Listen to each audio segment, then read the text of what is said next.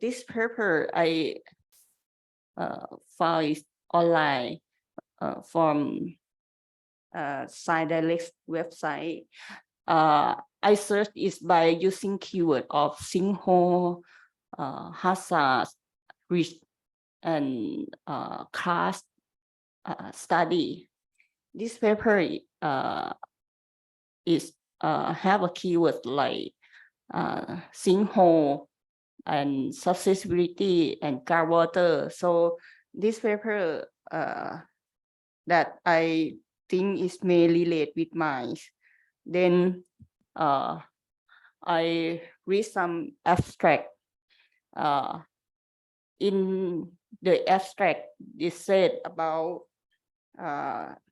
why this topic is important in Iran, and also with method they will going to use, and with material that they will use to also in abstract they talk about the final results of the study too.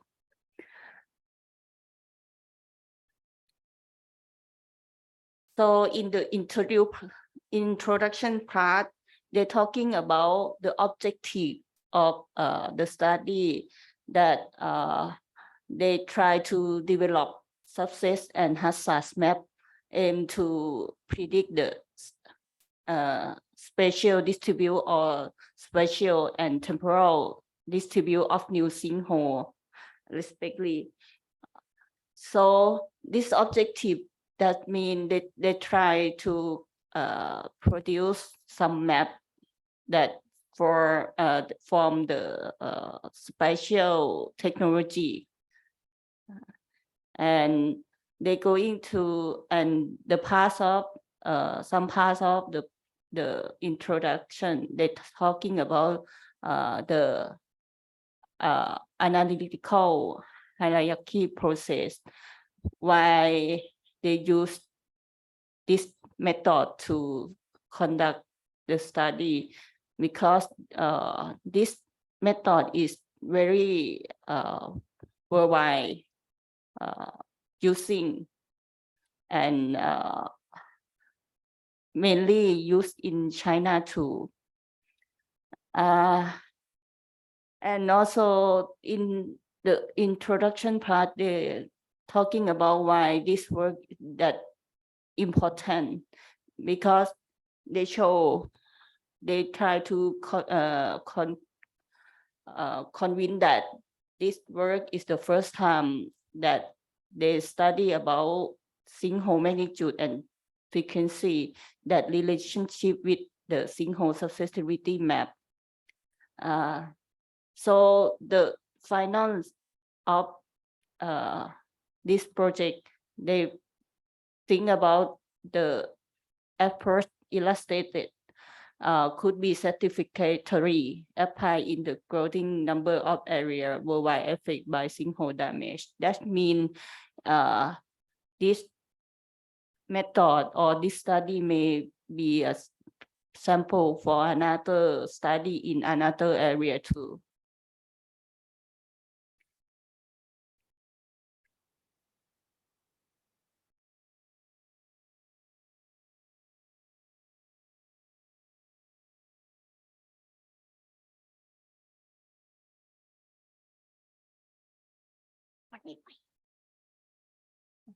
So also in introduction part, they have a small part that's talking about the flow of this study.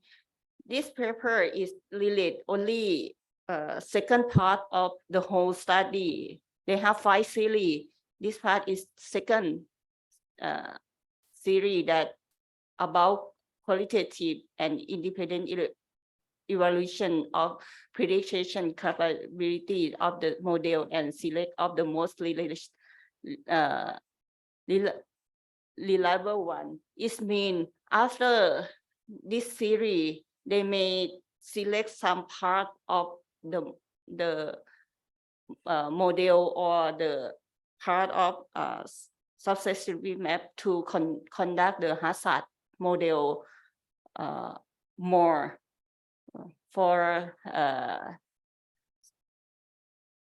make another work too.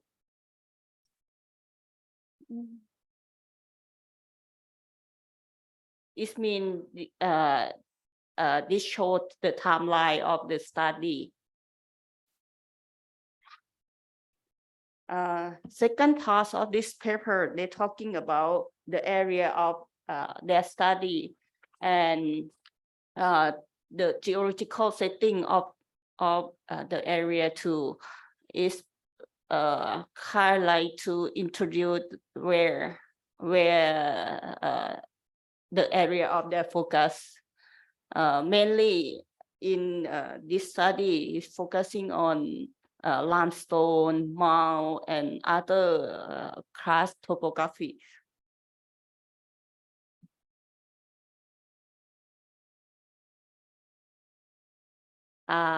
So the next part, they're talking about the material and method. This part, they use three methods. First is the field and laboratory investigating.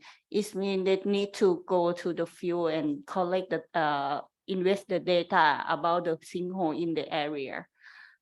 Second is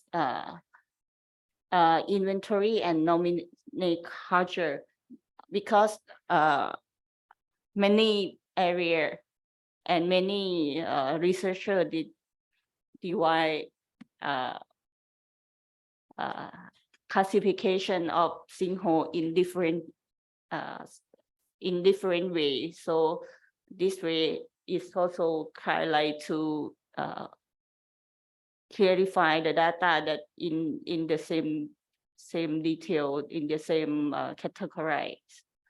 Another part is the factor weighting by ASP and susceptibility assessment. The ASP, they're using the expert judgment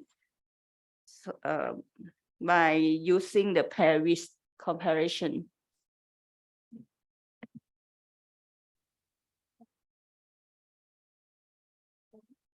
Hãy subscribe cho kênh Ghiền Mì Gõ để không bỏ lỡ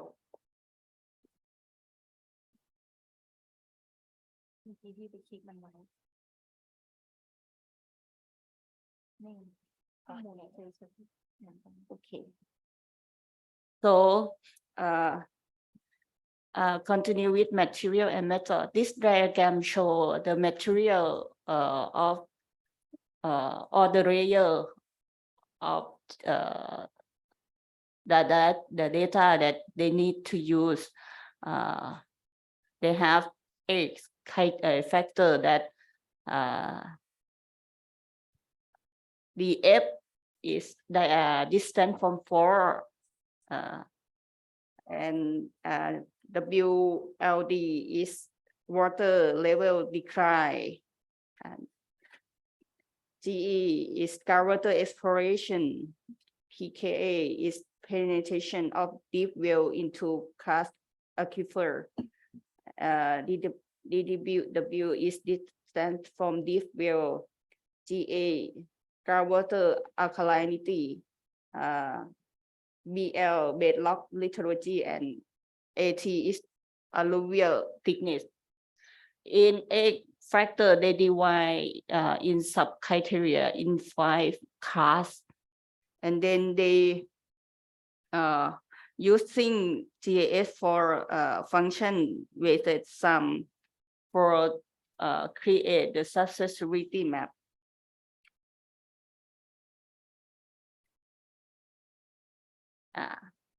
This show the full part of magnitude and frequency of relationship. they investigate the data from sinkhole in the area for 47 sinkhole that available. They detail about location and the diameter of the sinkhole, and also the time that the sinkhole occurred. And then they plot in the graph for checking the potential of sinkhole event. This is show the final result of the sinkhole susceptibility map. And then you see the which comparison metric in the light of screen. It show the weighting score that from ASP process.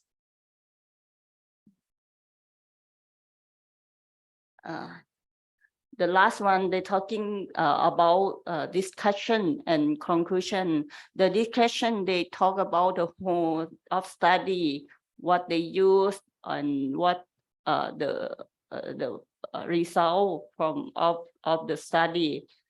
And another, they're talking about the limit of this model. They said that the model, they have some problem about the data in the underneath of underlaying of the geological factor, like because we doesn't know that below they correct or not, or something changed, we never know. That's all for me. Thank you.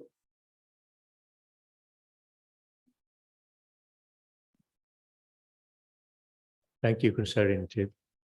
It seems to me that you've been reading through the whole paper, right? Yeah. And do you happen to have the introduction section? Can you show the introduction section? Yeah. No, the original introduction from the paper. From the paper, the Yeah. abstract. Not the abstract, the introduction. The introduction, or maybe they show the paper. After listening to your presentation, I still have some question to ask. One thing that is missing is that you did not tell us. Can we turn down the volume a little bit? It's. You may ask me about what I catch from this paper. In order to formulate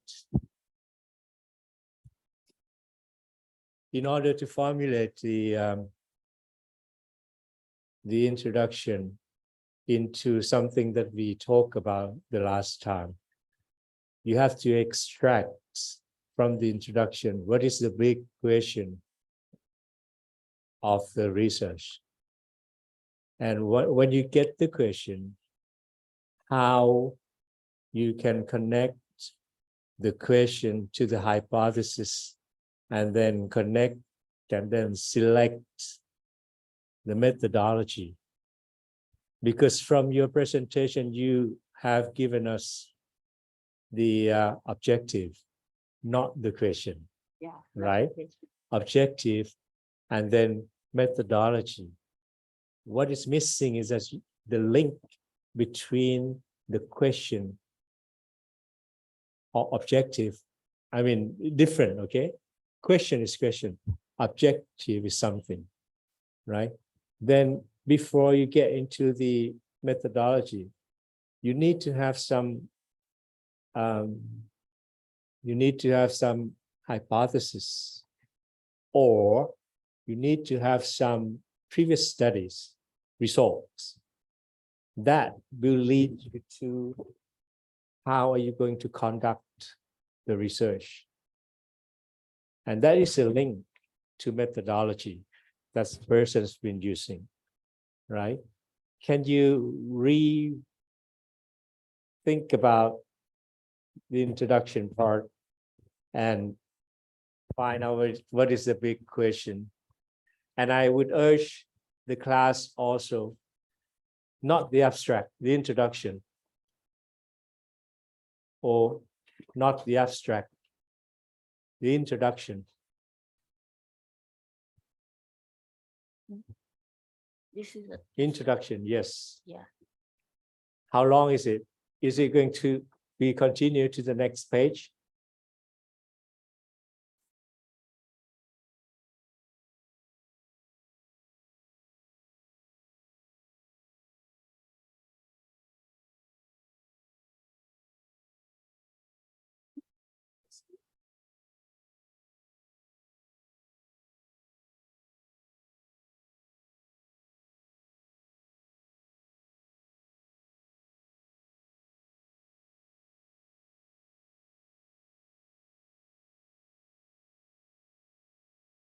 Hey, I have the original paper.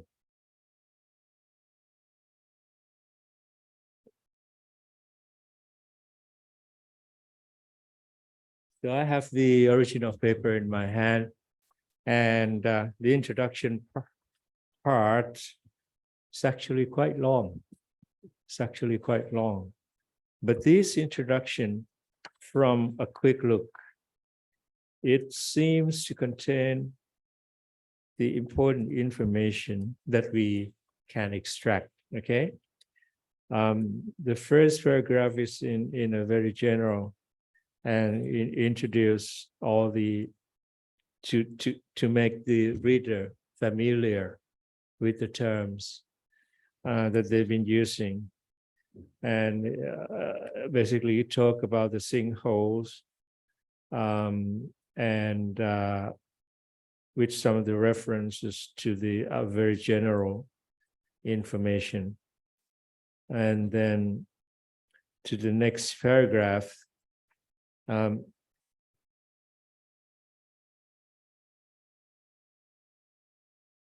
They start to introduce some of the keywords, some of the words that leading to the research.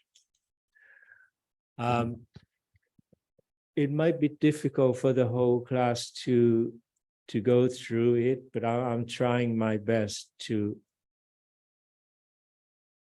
lead you to go through the introduction part. Okay, can we show the introduction paper on the second page? Because the second paragraph seems to be very important. Because the second paragraph starts to introduce some of the keywords that they've been using in the paper and their research. Can we zoom in? This is one of the challenge. Okay. Can we see the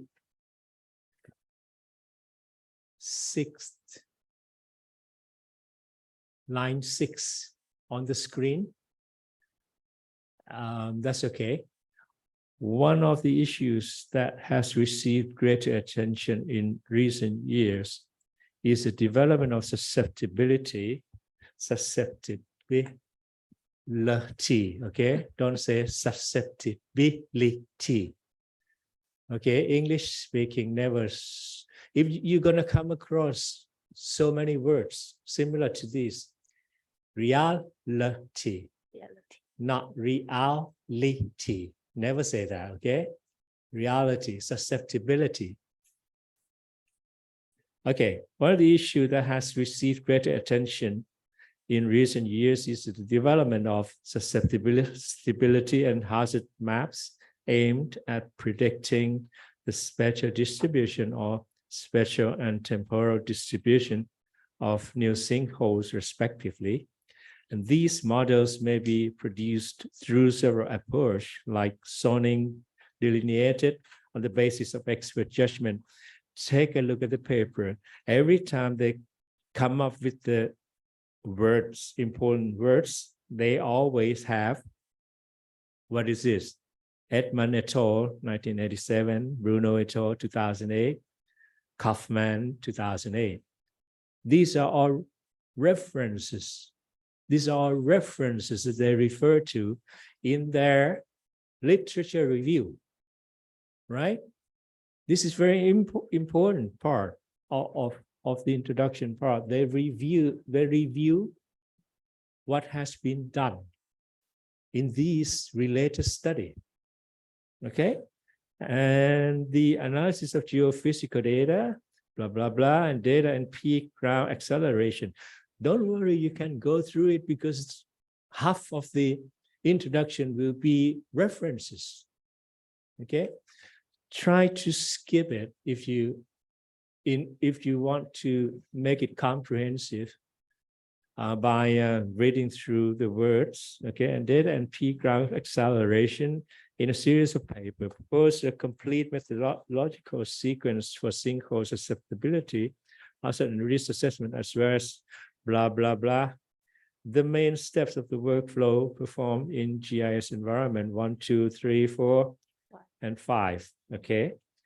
And then you skim through the sinkhole in the northern plain, blah, blah, blah, in Iran. Now they start to introduce the study area, right? Universe study, but most of them have been produced in Persian. Into international publication, blah, blah, blah, presented some GIS-based thematic maps, but did not develop any predictive model or assess probability of sinkhole occurrence. Actually, in the original page here, Sirin Tip has highlighted the very important phrase or sentence in green color. If you take a look in my camera, you're going to see it. This is very important. This is stating, can you highlight it on the screen?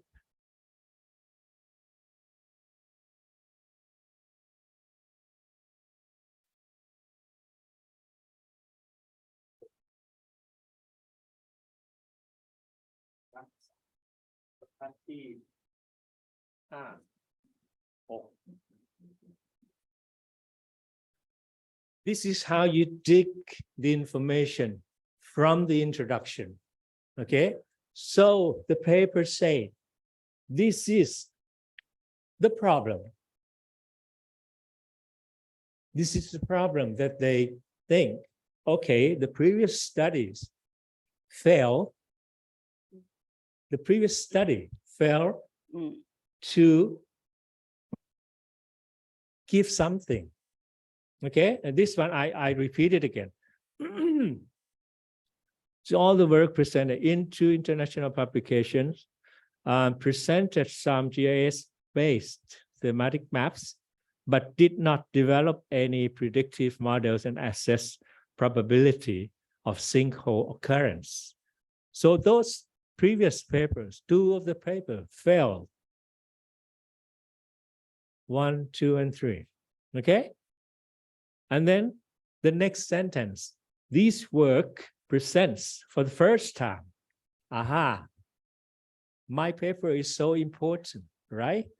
This one for the first time ever, okay? Present sinkhole magnitude and frequency relationships and sinkhole susceptibility maps of the Kaduba, Ahang, and Rasan, blah, blah, blah, plains in northern Hamadan province. Okay, this is the pioneer work of the area that gives you such information. Okay, this method was used by, so the method that they've been applied has been used by a previous study. Okay, to produce countrywide single susceptibility zonation in China. So China has applied this method before, assigning weight and quantitative variables. To our knowledge, this is the first contribution that explores the practicality of the HP method to assess blah, blah, blah. Okay. So the approaches illustrated in this paper could be satisfactorily applied in the growing number of areas worldwide. Blah, blah, blah. The increase in the sinkhole hazard and risk, similar to the region studied in this work, is frequently related to water table and declines caused by aquifer overexploitation or dewatering from mining. The last paragraph basically gives you how do you say it? Give you some of the idea of what is the result of their work is going to be and what kind of application can be done. Okay, basically, if you go through the introduction, you already have all the information, right? You don't even need to go dig into the diagram in details in the paper. By reading through this, you know how they what is the question, what is the big question of the paper, and how the question can be solved through a previous study. Because in previous study, they have applied some of the method in finding out to solve the question. So I hope that you can see the point that I showed to you in this example. So now, Sarintip, can you summarize your idea again and give us, what is the big question of the paper and how the author of the research group can introduce the method to overcome what has been lacking in the previous study.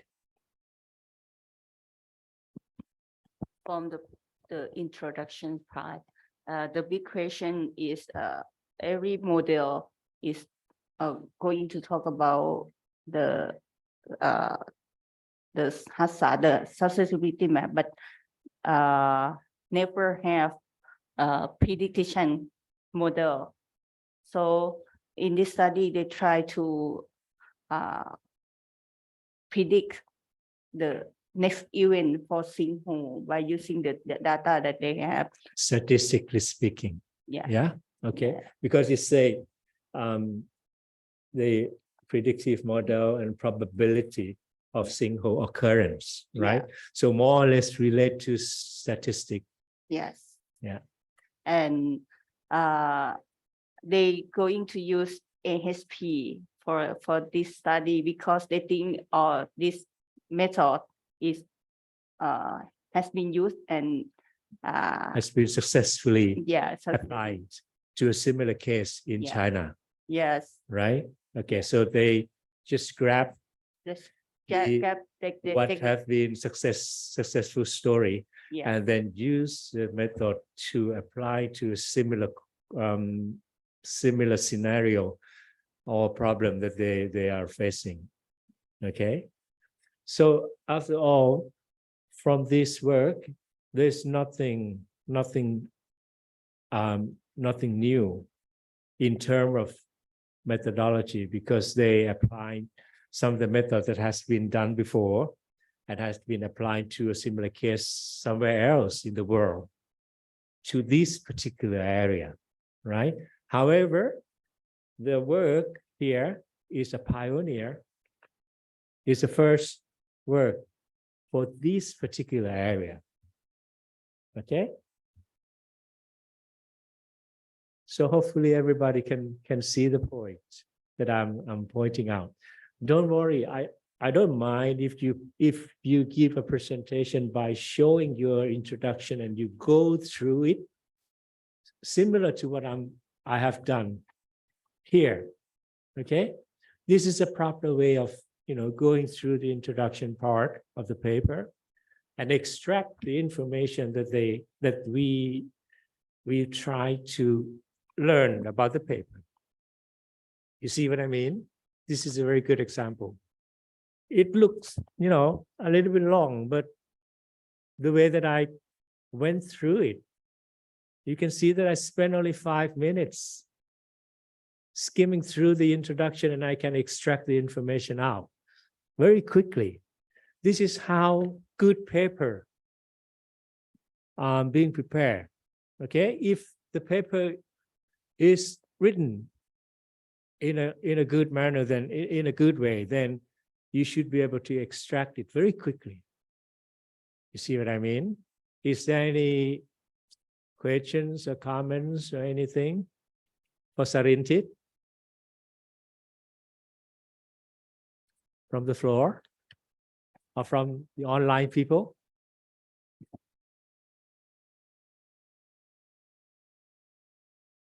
Oh, and by the way, don't forget to go through the heading of the paper and going through the topics, and also the authors, okay, and where they come from. Is it a good cooperation? So they have like Iran, Spain, and all of them are from Iran, whatever. And the paper is quite, has been through a very good review. And Sarintip has done a good work by searching the paper from the keywords. And this is how she got the paper. It's still very good. It's elsewhere publication, so should be good. Any more question for Sarintip?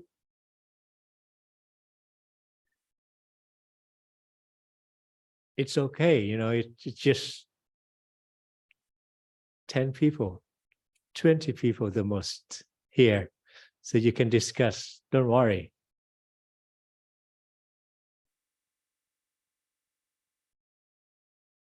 Okay, maybe this is just a warm-up. So I hope that the more people presenting the work, then the more participation we can get from all of you here. Okay, I want you to speak up. I don't want you to just sit in here and being quiet. All right, just take it easy. So มีคำถามไหมครับ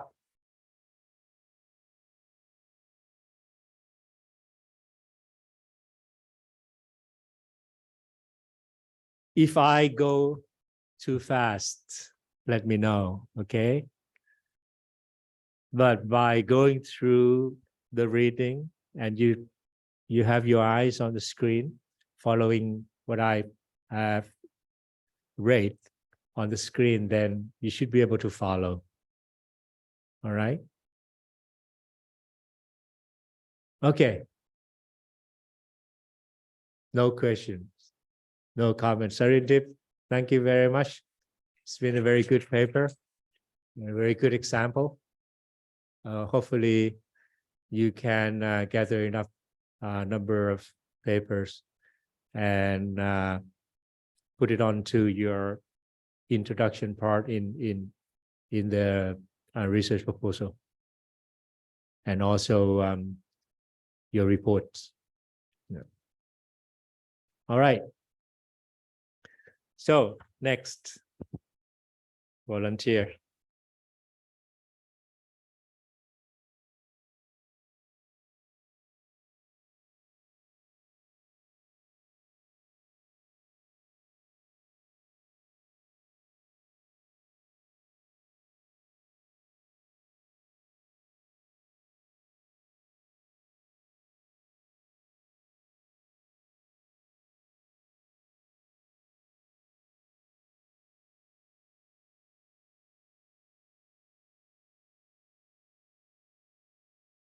Good morning. My name is Sawapha Uthairat. I'm geologist from Environmental Geology Division. So the paper that I select as my key paper to present today is the paper in the topic of monitoring sand speed variability using Sentinel-2 and Google Earth Engine in a Mediterranean estuary. After I read the introduction of this paper and try to separate the introduction into 4 parts, composed of including of poem of the research, literature review of this paper, the hypothesis and methodology, and the last is the expected result of this research.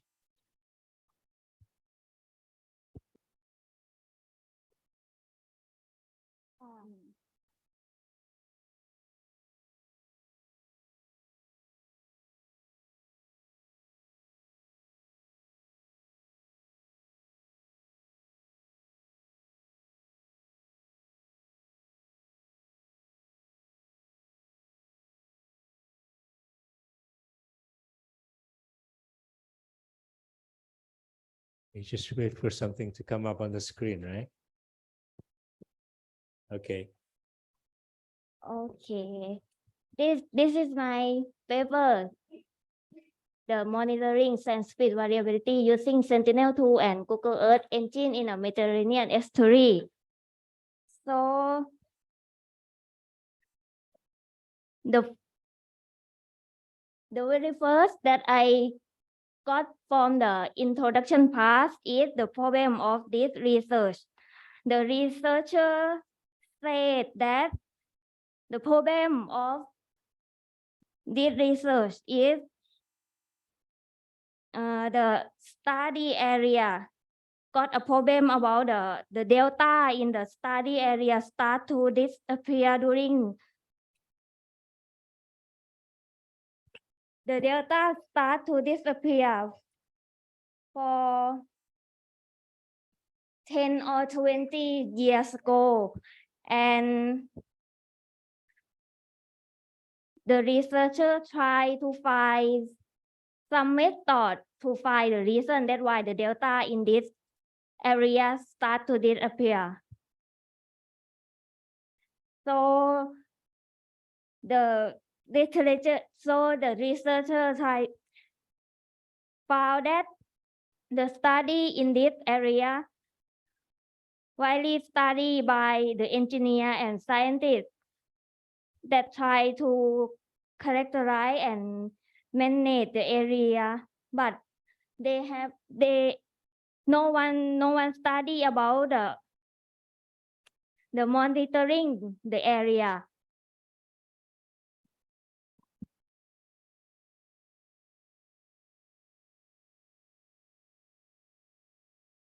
So the hypothesis of the researcher is if they can monitoring the area for a very long time, that they can find the reason why the delta in this area is why the delta in the area disappear.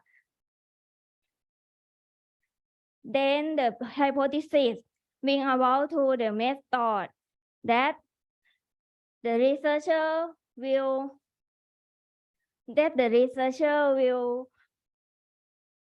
use the satellite image to monitoring the area.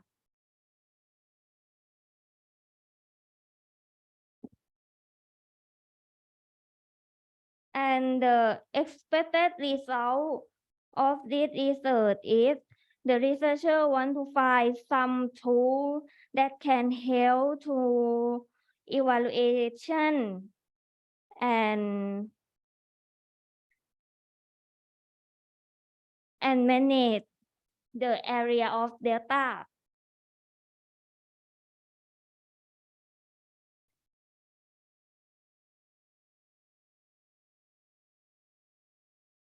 So in the final part of this paper, in the conclusion part, the researcher conclude that the method that they found in this paper can be used to monitoring and manage the delta area, and they success in their research. It's all my presented.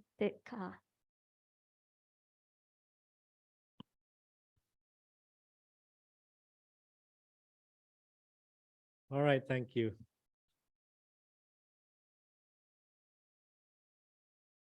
Any comments?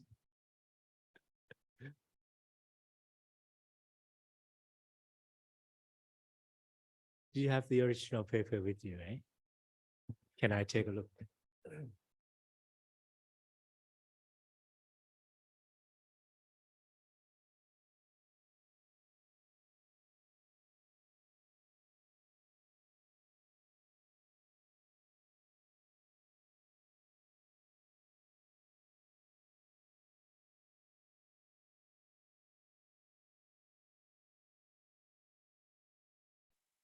Yes, the paper, remote sensing, article monitoring sunspot variability using Sentinel-2 and Google Earth Engine in a Mediterranean estuary.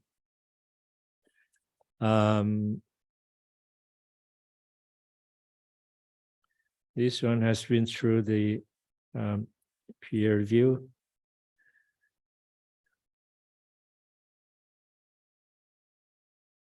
And the reviewing process is very short. It's April to May, just only 1 month.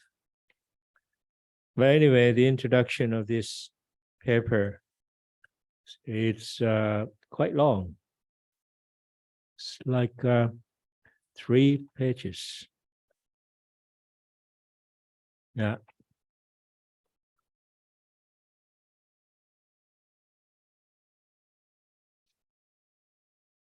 So the introduction, the first paragraph, you talk about estuarine. I hope you can see from on your screen.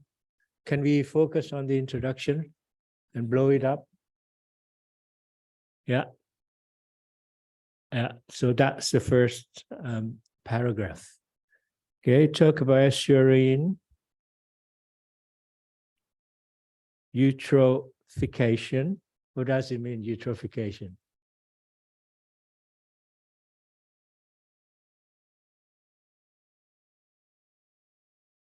No answer. But anyway, we kind of know the area. This is an onshore, along the shore process. It's one of the most common and harmful environmental problem in coastal area around the globe. And then following that, they have like a number of sentences talking about the background information about the area, explaining the location and what is this all about, what is it like, about the ecosystem, alteration and blah, blah, blah. And this, however, seems to be involved in some of the coastal migration. And then especially in the Western Mediterranean, blaming on the climate change and anthropic activities. Anthropic is something related to human activity. Some of them related to river discharge and blah, blah, blah. To mitigate anthropic impacts, adaptive policies are needed. And consequently, monitoring is also required, and this information being crucial for optimized coastal wetland management. I don't know, it seems to me that they put this into the last sentence of the first paragraph. Seems to me that the writer, the author, want to introduce something in the next paragraph, right? Related to the monitoring of the estuarine area by saying that this information being crucial for optimized coastal wetland management. So it's a kind of hint saying that you need to have the monitoring, somehow monitoring system or to monitor the area. And this is very important to the coastal wetland management. Okay, so up to here, we can just, have a question in mind. Okay, this is what I'm going to look for it in the next paragraph. Okay, and then they start estuary system, the second paragraph. Evolves very rapidly with channel migrations, loss of sand and erosion, accelerates accretion of adjacent beaches. This study is focused on the Cordillera estuary located in San Roque in Spain, which delta started to disappear during the 1970s, as seen in figure 1. Okay, so they start to introduce the study area, some part in Spain, where there's some problem with the migration, by showing a series of photographs, satellite and aerial images from 1946 to 2019, showing the evolution of the estuary area, the same particular area, and caused by multiple factors, but massive extraction of sediment along the basin was decisively, consequently reducing the sedimentary input into the area, into the system. As a complex enclave, the estuary has been widely studied by engineers and scientists in the last 20 years in order to characterize, effectively manage the area, albeit without using a continuous monitoring technique. The paper is not very well written, isn't it? It talks about a lot of, work, but then there's no references. So the next paragraph, in order to manage this ecosystem, it is important to understand and evaluate the sand spit pattern, where information and knowledge are essential.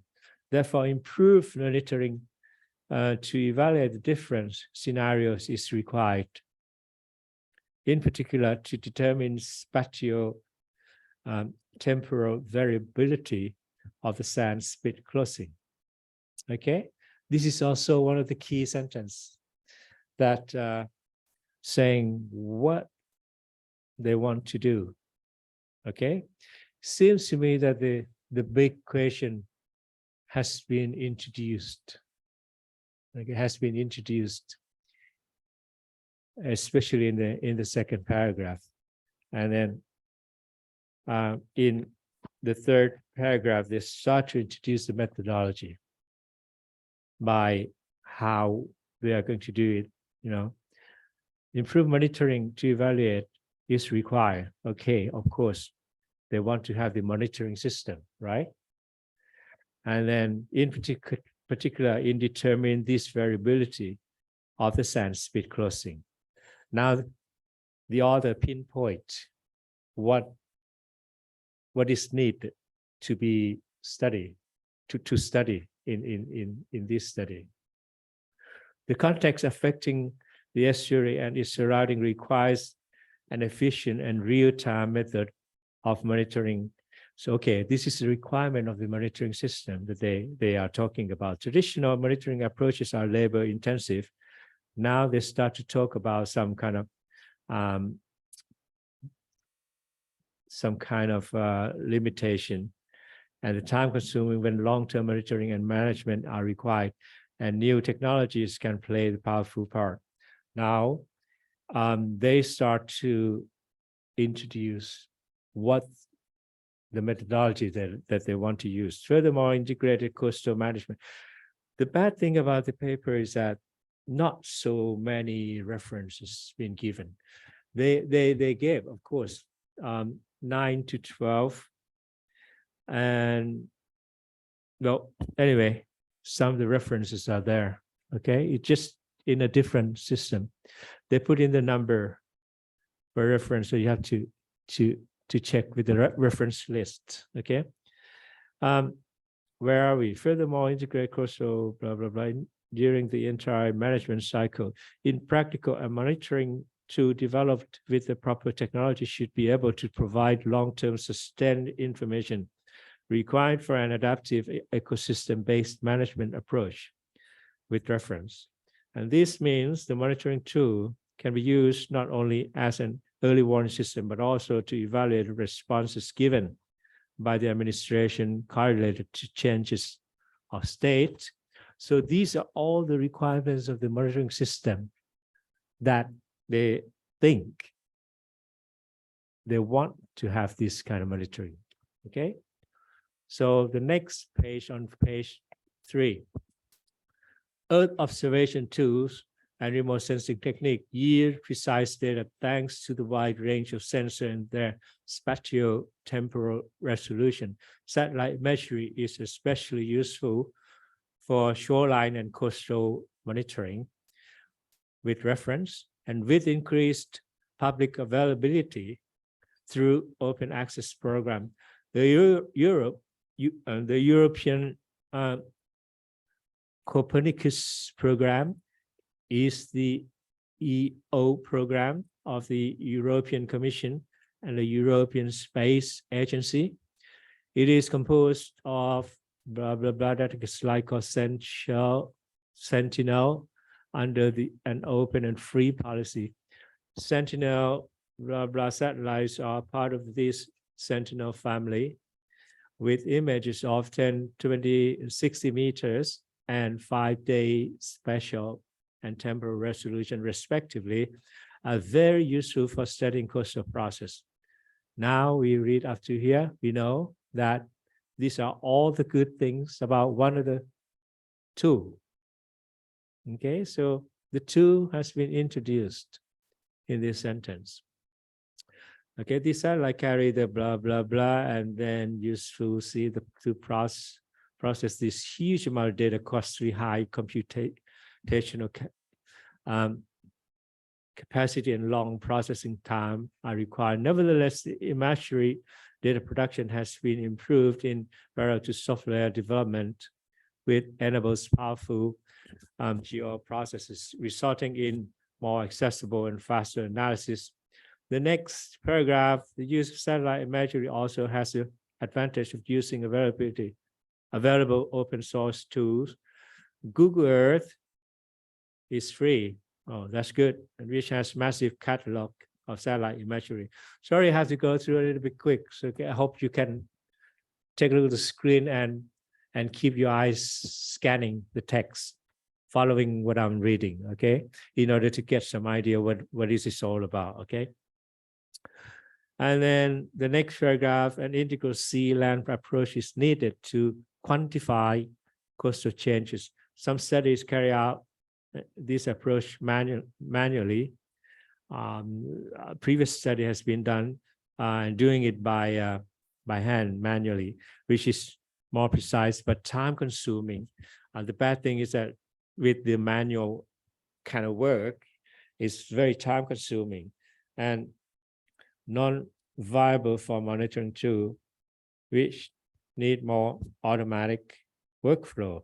And sea land mapping is mostly used for coastal evolution studies, including erosion and accretion trend or sea level rise, and using image classification, image segmentation, and several indices. However, the use of indices based on indices or index, okay, based on optical properties has proven its optimized performance against image classification and segmentation methods in order to detect water and non-water pixels. Among the different indices, the normalized difference water index defined by McFeeder is widely accepted.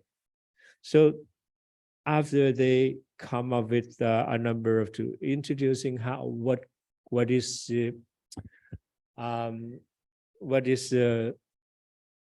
how you say superiority of the digital work, especially for the Earth observation tools and the Google Earth engine and this sort of thing. And then they start to getting into some further details of what kind of requirement that they need down to the, they trying to get into the processing, what kind of indices and what kind of pixels and what kind of, say they introduce the NDWI normalized difference water index that how has been used by a number of papers and references, and modified NDWI, NDWI,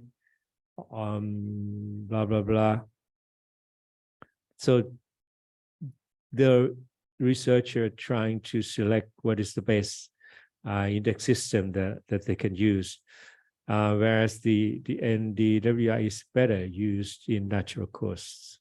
This study evaluated the use of S2A/B satellite for sea land mapping in the DRO estuary using the NDW and GEE between 2017 and 2020. Using the innovative GEE platform, we explored the suitability of the S2 level 2A dataset for multi-temporal study and develop a JavaScript algorithm. This sentence is basically telling you in further detail of what has been selected to be used in the study and how what kind of processes they've been using. Okay, this is the processes they've been through. They wrote the JavaScript algorithm to work with the data and blah blah blah. The monitoring tool would help as an evaluation method for adapting management actions throughout the cycle, and as an early warning system for eutrophication method, not only operationally, but also as valuable information system for strategic and adaptive coastal management. And the aim is to contribute to coastal management by means of developing and evaluating a methodology in GEE for monitoring the sand pit spit spatiotemporal patterns as a pilot project. Okay. Oh, I need some water.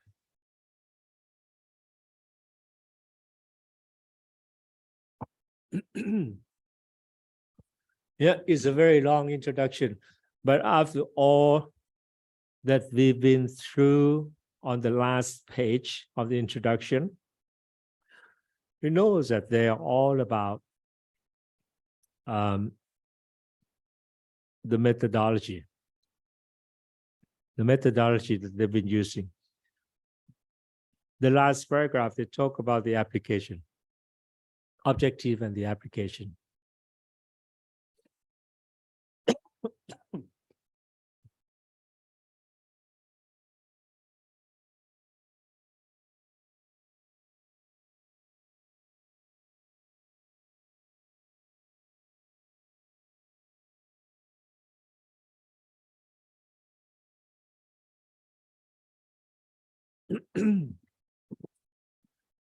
Okay, I need a 5-minute breaks.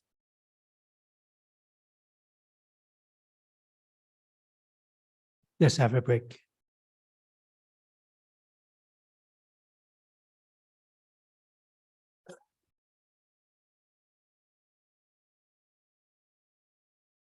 ค่ะเดี๋ยวพักเบรกนะคะ เดี๋ยวพบกันอีกทีตอน 11 โมงนะคะ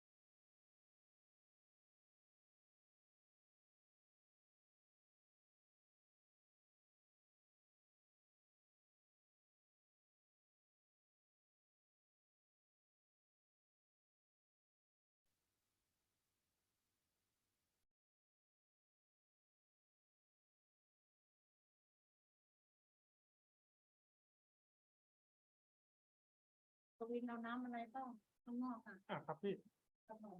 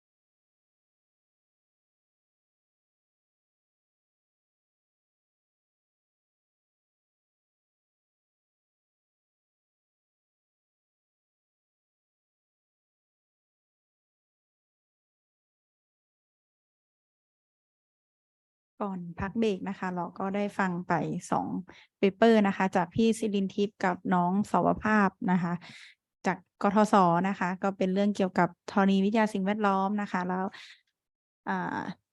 ตอนนี้เรายังอยู่ในเปเปอร์ของ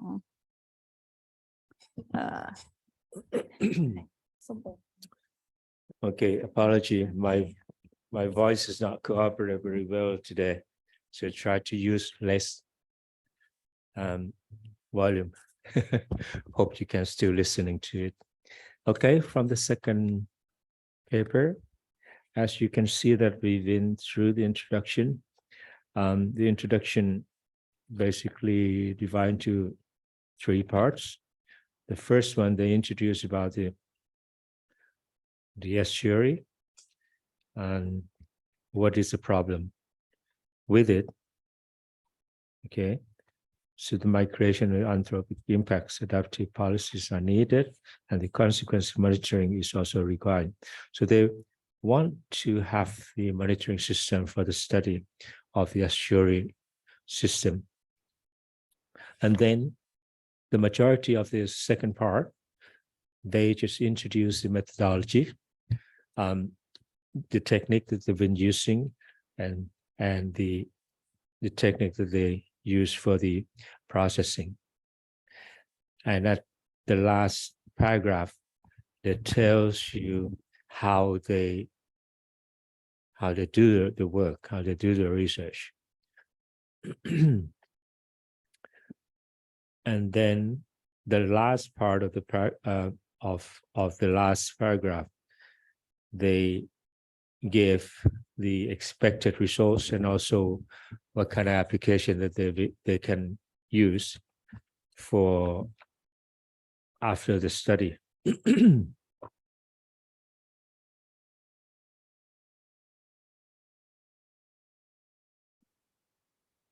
If you go through the last part of the paper, they talk about the result, discussion, conclusion.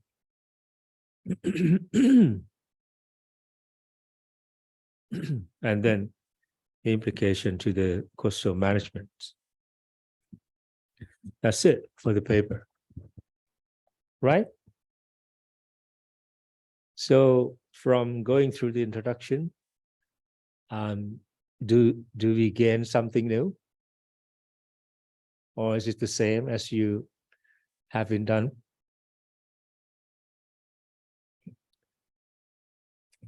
But at least I hope through the reading through the introduction, you might have some idea of, oh, this is how you extract the information.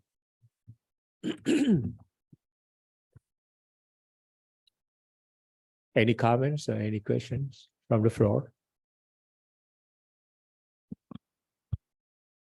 As I understand, the paper is try to convince the audience that nowadays they collect the data by hand, by using hand, go to the field and collect collect the data, but they try to convince that they have another way to get the data made by using the picture from satellite image, but which image that they can use, or which technique they can monitoring the area, something like that. The thing I catch from this. I think it might not be a good comparison though, because nowadays people don't work manually anymore, right? So once you compare using the computerized system with the manual system, I don't think this is a fair comparison anymore. This is 2020s. So people have been using computer and Google for a decade. So they should already know about it. There must be some other way to compare. It might be another computerized method. And then you see which one is better. And then you choose it. If you compare it with the manual work, no way they can reach the speed of the computer, all right? But the quality may be different. The computerizing is quick, but somehow they also inherit some of the errors. causing by the processing. So you have to know your materials. You have to know how you compute it, right? Yeah. Okay. Thank you very much. Next time, don't find the long introduction. Okay. So next example.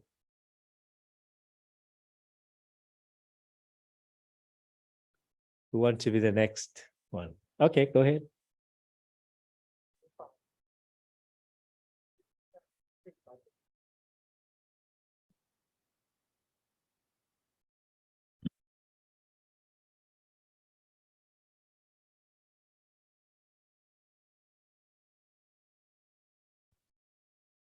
Good morning, Dr. Titi. Everybody in this floor and in the Zoom tools. My name is Kevin Kerpelot. I am a geologist from environmental geology and climate change sector, same as Miss Serenity and Mr. Mo. Today, I am going to present the latest review of an analysis and single list assessment in southern of Thailand. A case study of Sathani province. The original version is Thai, but I translate to English. Okay, first of all, this paper is conducted by Thorn et al. 2021 from Rajabhatani University. And at first, I would like to introduce a definition of sinkhole from United States Geological Survey. First, a sinkhole is a depression in the ground that has no natural internal surface damage. Basically, this means that when it rains, all of the water stays inside the sinkhole and typically drains into the subsurface. If the underground surface receives more water from above the surface, the underground surface will be more bigger, and until if they are big enough, big and cannot support the roof on the surface, the roof on the surface will collapse into the sinkhole. If the sinkhole occurrence in the people that live above the surface, it will be more dangerous. Okay, next slide, please. In Sathani province in 2007, Sathani province had a sinkhole occurrence in 14 districts from the total number of 1916. You see this? There are more sinkhole occurrence in the many districts, so that this is just from Surathani Rajapat. They would like to assess and study the list, the sinkhole list area, to produce the sinkhole list map. It's Surathani province for management and send the data to the people in the local area to prepare the sinkhole hazard, or they can use the data for the next research. The researcher use the method by using geographic information system and spatial data to combine and to produce the list map in Surathani province. Next slide, please. Objective of this study: to study and analyze the factor related to sinkhole occurrence in Surathani province. Second, to assess the sinkhole list area in Surathani province. Next slide, please. Methodology: at first, the researcher they use 8 factors to study and analyze to produce the sinkhole list map in the Surathani. The first factor is slope. Second is better above mean sea level, land use, soil type, proximity to groundwater density of sinkhole location in 10 years ago, and proximity to sinkhole location in 10 years ago. Second, they use the equation to find out the disk index in the Surathani province. You can see the equation as follows. Disk index equal open parenthesis R1 multiply W1 close parenthesis and plus open parenthesis R2 multiply W2 cross parentheses, do something like this until end of the factor that they use. And for the meaning of the symbol in the equation, this index means synchronous area. Mean subcriterion weight for each factor. I will explain more. You can see that they are about such as proximity to groundwater. They can classify into about 5 level, about 200 meters, 400 meters, or 600 meters, something like this. If their proximity to groundwater is close, the groundwater, the R is quite high. But if it's far to the groundwater, R is quite low. And W means weighted value for each factor. This weight obtained from researcher judgment. From expert judgment. And mean the total number of factors. Next slide, please. Okay. This is a sample of we received the weighted average from expert. You can see that there are 8 factors. I will present the first factor. The first factor is the slope, and we receive score from the experts. Expert 1 give 1, expert 2 give 2, expert 3 give 1, and then we total the score is 4, and then we calculate the mean. The mean is 1 TT, and the weighted average that used in this research is 1. We do until like this until finish a factor. Next slide, please. Okay. Continue to methodology. Then we have a list index value. We can classify the list level to produce the map, and then we make the single list map of Southern province. Finally, make the recommendation for the people in the list area. Next slide, please. Okay. This is a flowchart of research methodology. First, the researcher study literature review and related research, and then they use X factor, including slope, meters above mean sea level, land use, soil type, proximity to groundwater, groundwater density of sinkhole locations, and proximity to sinkhole location. Moreover, they study about the problem, cause, and effect to sinkhole occurrence, and study about the guideline for protecting and reducing sinkhole risk. From X factor, I said that they use the equation before this slide so that they can produce the sinkhole risk map of Southern province. And finally, for this research is they produce guideline for protecting and reducing sinkhole risk of Southern province. Next slide, please. You can see this. This is the final result from this research. They show about sinkhole risk map in Southern province, which it can be classified into 5 levels from risk index. The red color is very high. The orange is high. The yellow is moderate. The light green is low. The dark green is very low. In the red area are Viengsa, Kachanadit, and Kiengsa district respectively. Next slide, please. For recommendation for sinkhole management guideline, first, the government organization and related organization should provide and support the project preparing the sinkhole collapse in this area stated by the research in this research or by the research from Department of Mineral Resources. Second, building the network in the area is very important because if people who trained by researcher or Department of Mineral Resources give some information to advise them that if they fake the sinkhole occurrence or another hazard, they can prepare to manage or to leave the area or to save themselves.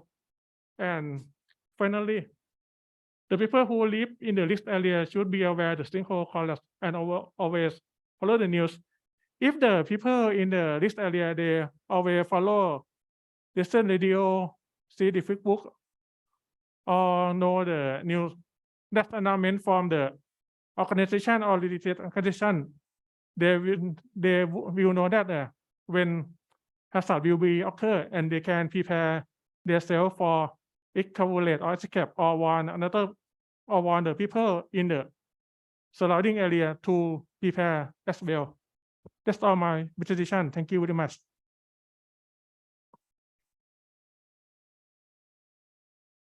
Hey, thank you. Okay, we need some comments. It's free. Go ahead. If you have any comments or anything.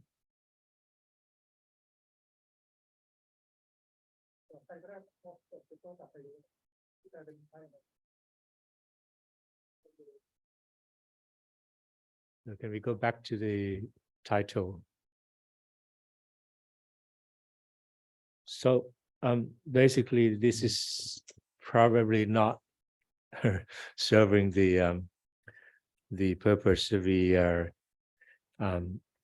want to do the exercise this morning. This is, after all, the presentation for when you complete your study, right? But even that, we still have some question to ask, because it seems to me that your project, go back to first slide. So your project is basically throughout all the presentation, it doesn't seem like a research study. It seems like a DMR work, to go out in the field and then you do something in the area and then writing the operation reports. Seems to me like that. Because when you get into the next slide, so the introduction, you only introduce what the sinkholes is.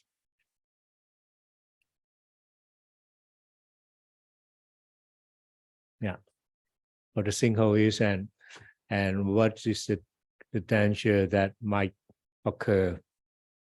All right. So next one. And then you introduce a study area. And then you say researchers analyzed and assessed a sinkhole risk area to produce sinkhole risk map using the GIS and spatial data. From this sentence, I don't know what kind of method that you're using, because GIS and spatial data, GIS is just a tool, but how you analyze the data. Next slide. So you don't really say, you don't even say why you use the GIS in your study. What type of techniques, what type of methodology that you've been using, and why you're using that. Is there any connection between what is your big question of your study? What is your big question of your study? You have to identify the question, and then you have to say, in order to solve the problem,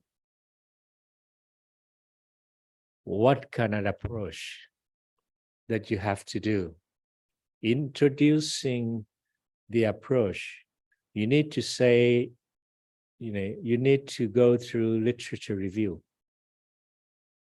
You need to go through a number of studies of similar situation.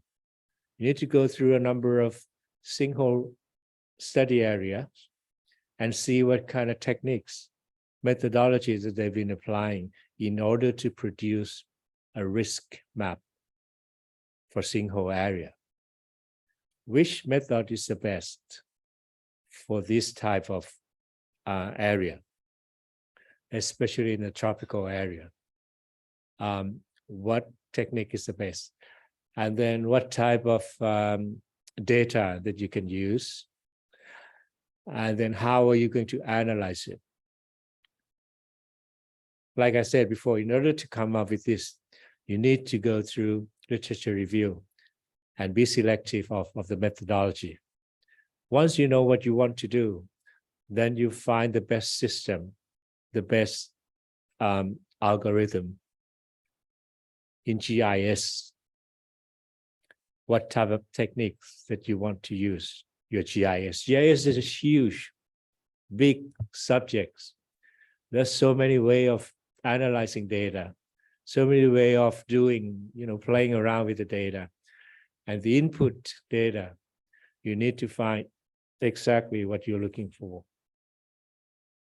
And in order to come up with a risk factor, what type of processing you want to use. Because in your presentation, you don't say anything about this at all. So this is the weakest point that you have. Okay. Now, however, this is going to be a good exercise for you in the next step when you have to give a presentation on this, especially in the international symposium or something. Be aware of what you're saying. You need to state it very clearly, the thing that I'm talking about here. Otherwise, your study will be like nobody would pay attention because you don't say anything about how you come about with the methodology. Nobody is going to listen to it. Okay. Can you, next slide, please? After the objective, you say, this is the factor that you've been using, right? Okay. Most importantly, you need to give reason, these factors, why you have to use it. Why you come up with this? Or is this just a kind of function that you can find it in the GIS and then you use it from the function that they already have? Unless otherwise you have to come up with a connection between the hypothesis and the result that you are going to get.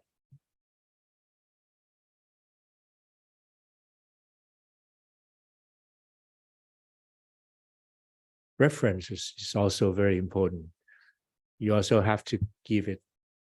If you come up with this, the calculation way of doing this, how did you get it? From whom?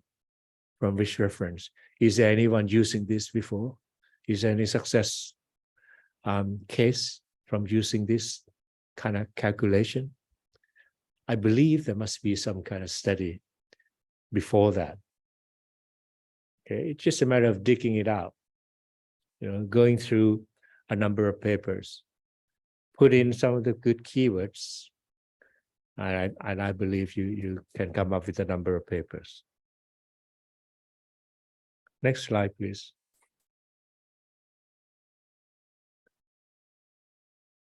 Now you get into some further details of the 8 factors that you've been using, right?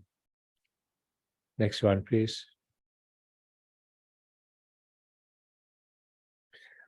This is the methodology. Classify risk level from risk index. Make the sinkhole risk map. This is not a methodology. This is a work process. This is a procedure. Don't mix up between methodology and work procedure. A lot of people confused. Methodology, it's a technique, a technical method that you've been using. If you use geophysics, what type of geophysics method that you've been using? Further down, how? Even with one method, there is so many ways of doing this. So you have to pinpoint it. Reference is very important. So you have to go through literature reviews in order to come up with the best method, right? Methodology is something that you use for your study, not the process. But then once you get into the methodology, how you conduct it, that is your work process.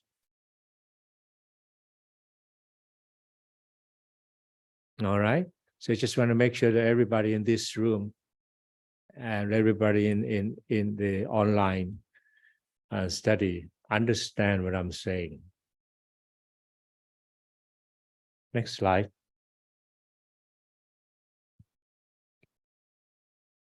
This is a workflow, right?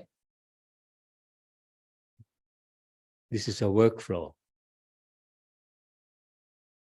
This is not methodology. Okay? Is it clear now? Is it clear to you now? Okay. This is a workflow that you're trying to gather all the, the thing that you did in your study and then gather all the information and come up with this. This is your workflow. Okay? Next slide. It seems like you have some question on your face. And now you present your results. Be very careful, okay? If you work with GIS and computerizing thing, if you put something in, it gives you the results. And you have to be very careful what you put in, what kind of calculation happened within the computer, and what is the result that you get. Always check, okay? Is it make sense to you, the results?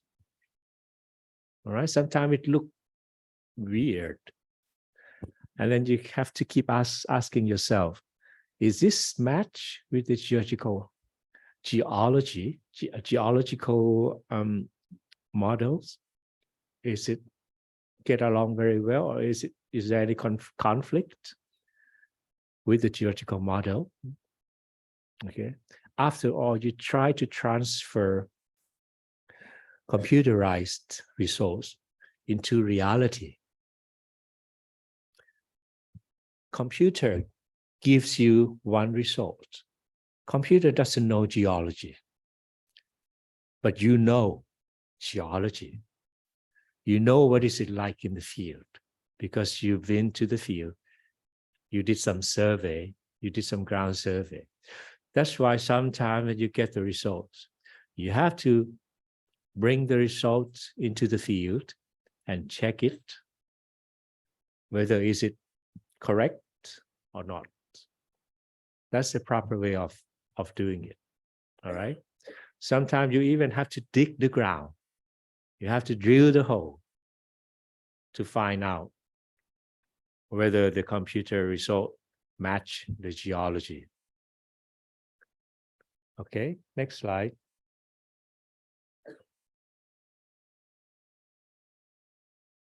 And then you come up with a recommendation and something.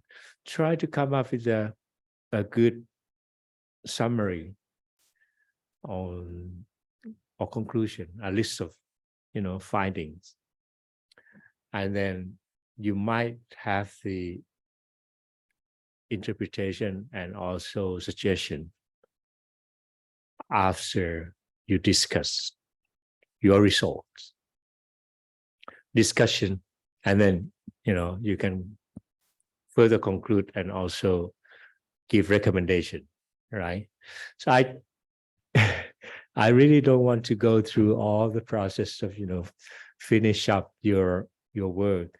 But this is, since you already give a presentation like this, I sorry, but have to give you some comments. Okay, hopefully this helped.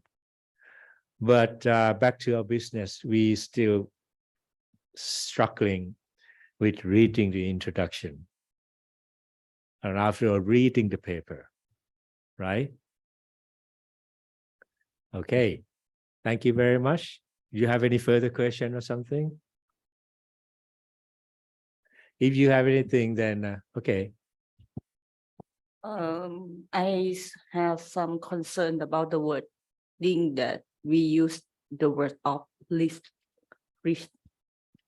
Actually, in the term of Yes. disaster term, the risk is mean the thing that affects two people or life or something that is Mhm. access. That mean the level of map is have 4 level. First is inventory map. Is mean the map that we collect the data from the field. This first one. The second one is the susceptibility map that I show. Is mean the possible of the event that occur. The thing that is hazard. Hazard is mean something dynamic or movement over the time. And the final one is risk map. Risk map is relate with people or life or the other assessment assets. So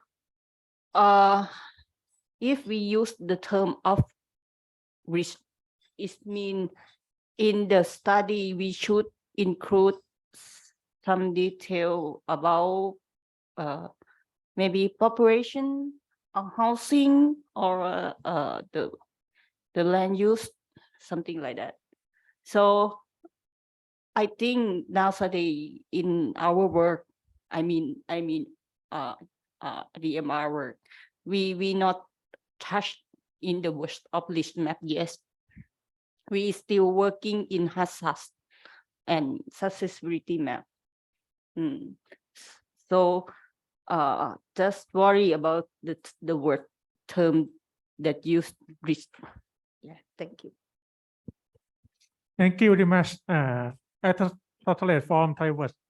In the paper, they said that พื้นที่เสี่ยงภัย but actually in this paper it should be a single susceptibility map.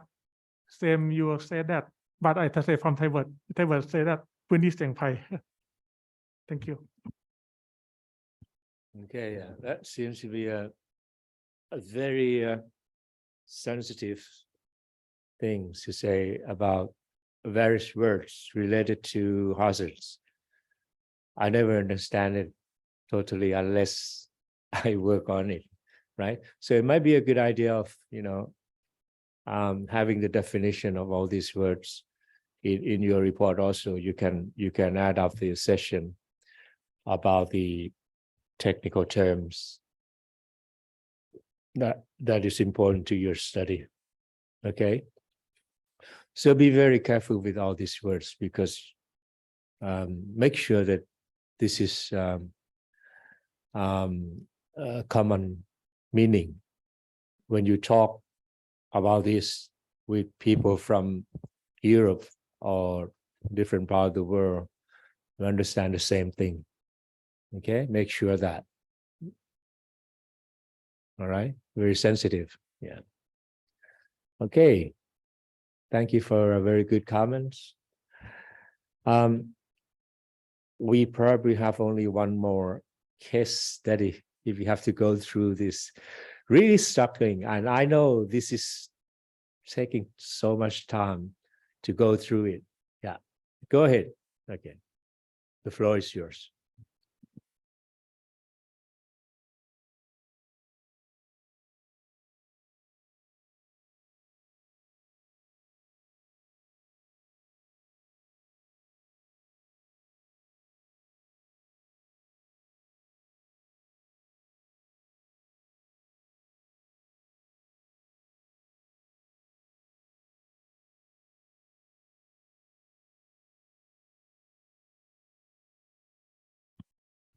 Hey, I love morning. hazards, eh? So the hazard people are really good team. We don't have any variation at all, eh? All the hazards and things. Yeah. Just wait a moment ค่ะ Good morning my name is วิสรุตาวีระไสย I work at Mineral Resources Office Region 3 ค่ะ Actually I would like to share your document maybe after I present that first because I'm struggling about the share file and presented both time. Okay. This paper, because it's quite a new thing in the Indian Ocean, and my paperwork is about tsunami ready community in Thailand by using about the UNESCO indicator, 12 indicator. So this paper, I gathered it from my colleagues, my friends from Indonesia. So this is quite a collaboration between many of the organizations, and from the paper, if we have to Googling about the paper, the highlight is the tsunami ready community. I saw the paper in Thai also that have a paper, but because maybe we use the paper in English to literature review, maybe accuracy or maybe accountable more. So that's I choose this to case study, and this is not quite a new topic just in early this year, and I used only quite a short time to copy this, and abstract is quite about the start from the highlight. I read from the abstract.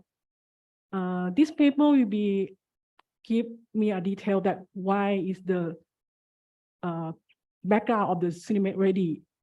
It's like an ocean decade tsunami problem in the world or something, and then will be something like to explore the technical and timeline about how we can detect tsunami and can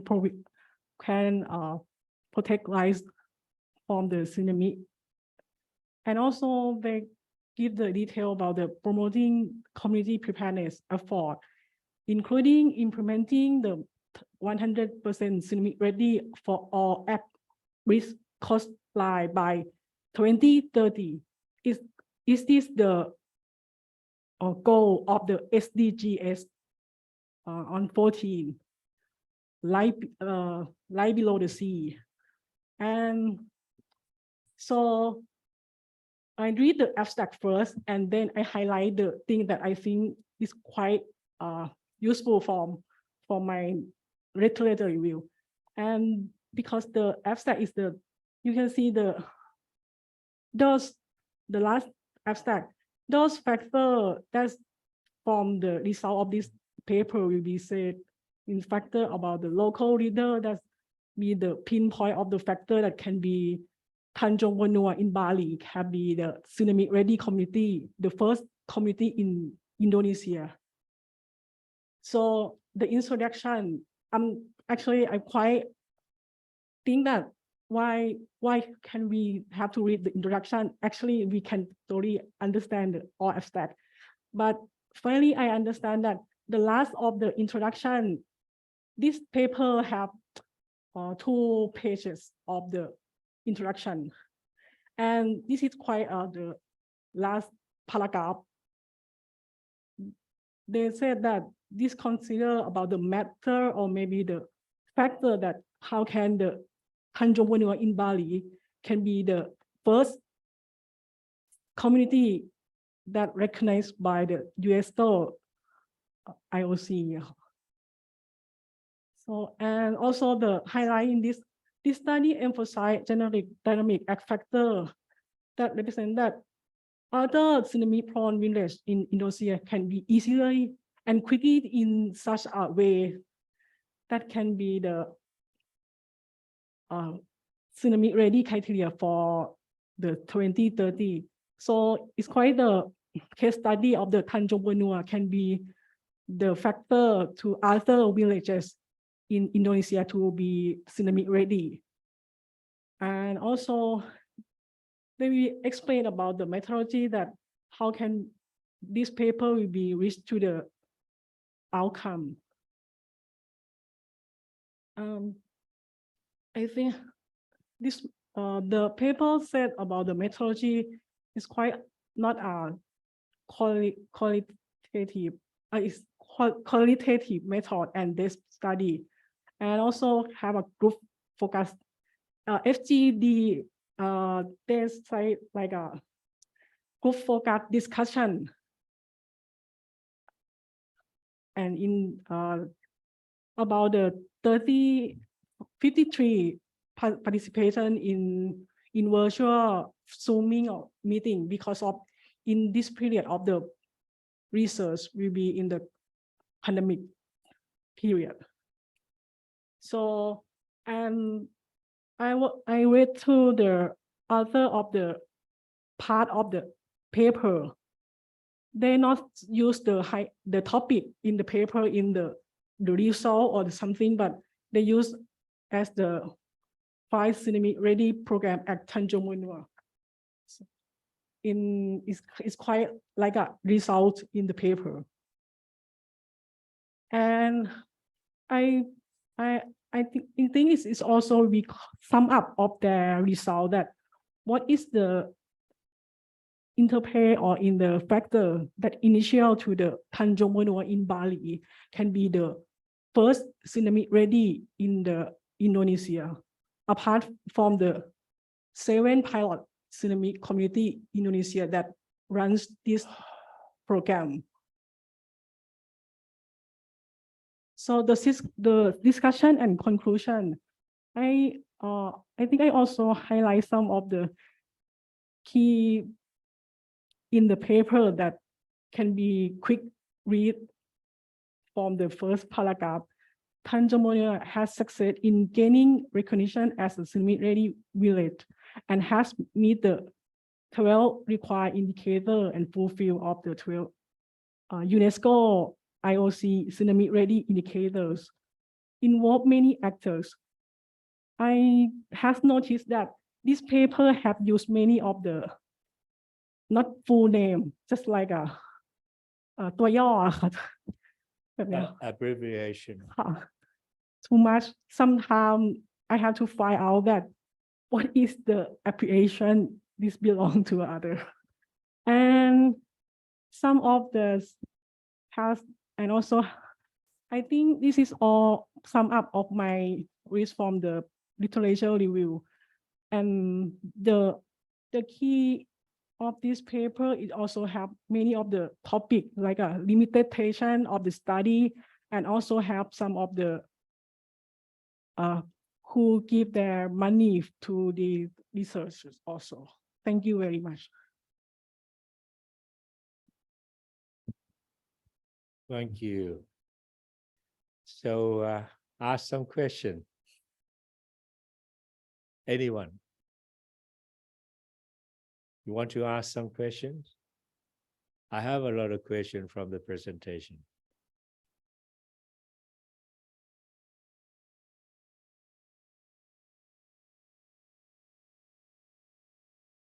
So after you study your paper, what is the big question from the paper? What is the big question that you find out from the paper? Sorry. The big question is, they want to find out that what is the key factor or the initiate factor that Tanjung Benua can be the first tsunami ready in Indonesia, apart from many villages in Indonesia. So they have to try to find the initial factors. Why? Why they have to find out? Because they want to use these initial factors to other villages in Indonesia and other villages to be the tsunami ready in the future. Question in the question. question in the question. Basically, there must be some kind of motivation in order to get the most important factors that can be applied to other villages or communities in order to fulfill the United Nations requirement to be the tsunami, what they call it, tsunami resilience community or something. There must be some kind of criteria, right? Yes. So basically, the paper gives you some background of introduce the United Nations tsunami resilient community that they try to set up under one of the campaign or projects, right? So in order to do that, they need to find some key factors that they can use, they can apply in their study. So after all, it seems like the paper is not a scientific paper. This is more on a management, right? Yes. Hazard management. Yes, because So they, sorry, you- they also in the methodology, they focus on the policy. Yeah. Also the how to this some kind of this to So the methodology, yeah adopt the qualitative method and desk study. The qualitative approach was conducted through participatory observation and focus group discussion. So this is for sure this social science or management work. Participatory observation renders it easier to gain an in-depth understanding of the process that occur in certain communities. FGDs bear the objective, among others. The first is to gather views from other various perspectives on the strategic elements of disaster risk reduction policy. So, yeah, this is how they do it. I mean, how they did the study with their one particular village or community as a key model, right? If the study is successful, then they will apply their result or model to other communities, and the rest of the communities in Indonesia, right?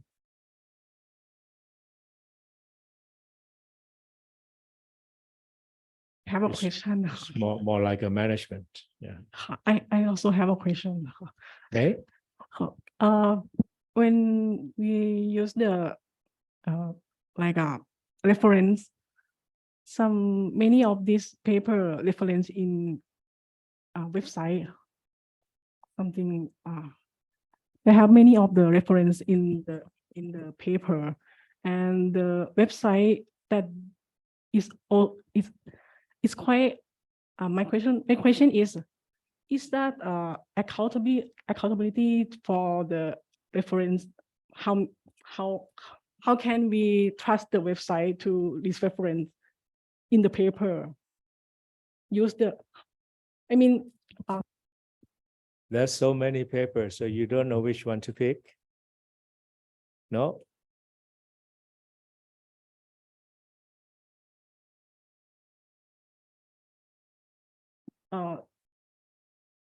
มันคือถ้าสมมติว่าเราอ้างอิงเว็บไซต์ที่แบบเปเปอร์ภาษาอังกฤษอะค่ะคือมันจะสามารถเชื่อถือได้มากแค่ไหนคือเราจะรู้ได้ไงว่าเว็บไซต์เนี้ยสามารถจะไป reference ในเปเปอร์แล้วไปตีพิมพ์ได้ I think more and more people are referring to the online แต่ว่า references. เราจะรู้ได้ไงว่าเว็บไซต์นี้มันเชื่อถือได้ You หรือ can เรา click it in, ใช่ and ค่ะ if you can see it online, then that is valid. Yeah. Did you try it? I try. Did you check it? Yes, I already. Can you checked. access it? Uh, Can you access the reference? I think I can, but the question is, if someone just use some this and Sometimes when they put it in the reference, they refer to organization, or say they refer to one of the map or something, or maybe one of the articles. It depends. it means that if we publish the paper like this, we can use the website on the reference in our paper. But usually if you have the HTTPS whatever, when you click it, it should be another paper. It should be another. I'm talking about scientific papers, okay? Some of the journals, they're online, right? So if you click in, then it should come up with the paper, or at least abstract and introduction.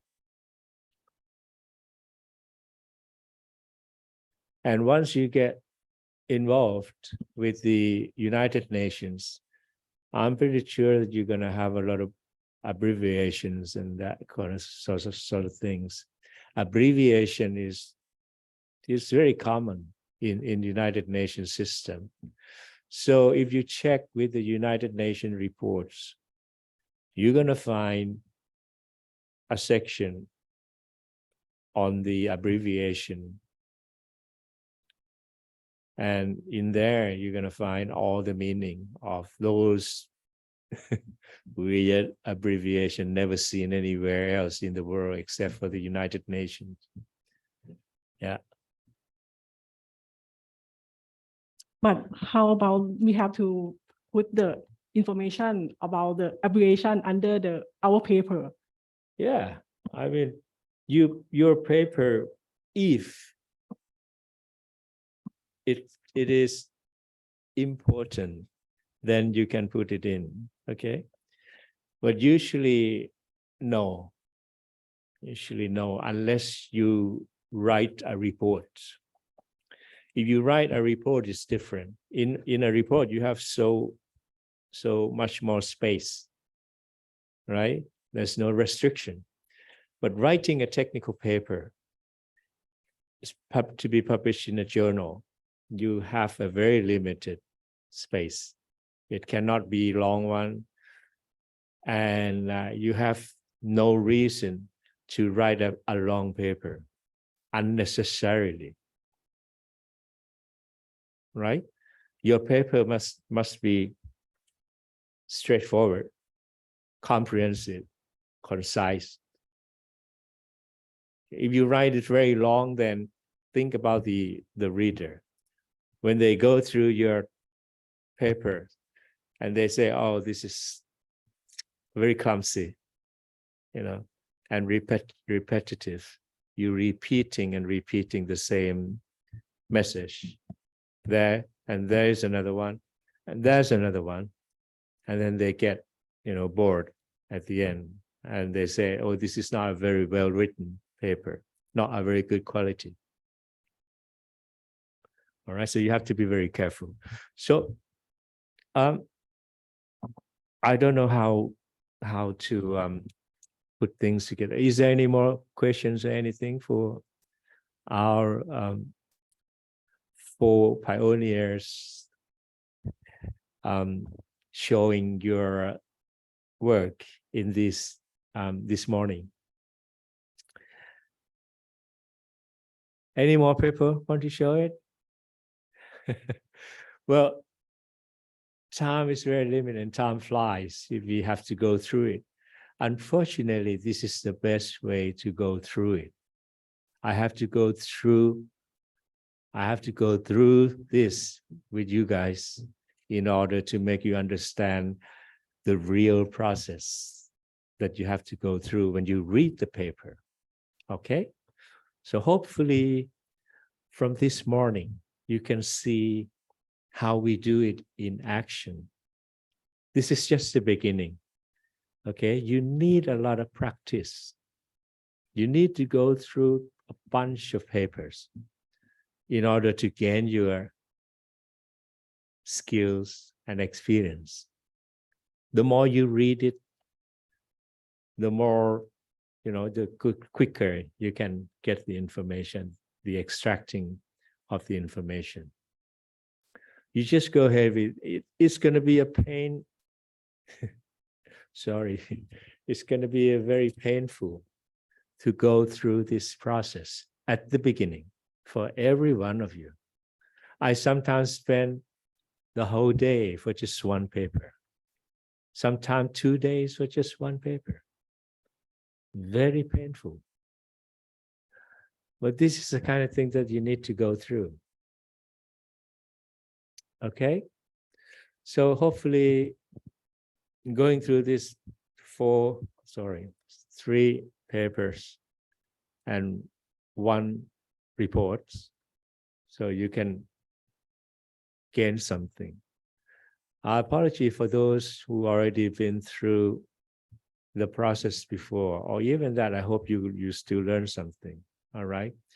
Always ask yourself, every time you read the introduction, what is the big question of the work? What is the big question of the research? And then once the question has been introduced, what kind of support saying in the paper to link to how you are going to solve the question or problem. How and why you have to use that method. That's the introduction to the methodology. Once you get the methodology, and this is going to be how they did the research, and then what kind of expected results you can get from the research. That's it. That's the introduction. Okay, unless you're really interested in the subject, then you flip it through the paper, or you flip it to the end. Conclusion, where is it? What is the conclusion? What is the discussion? And then at the end, you come back to the abstract. Then you should be able to understand the whole thing. The abstract is something that should be in more details. The result should be there. I mean, brief results should be there. Details information should be in the abstract, but not in the introduction. The introduction is only give you some what the problem is, what is the big question, literature review, methodology, expected results. That's all.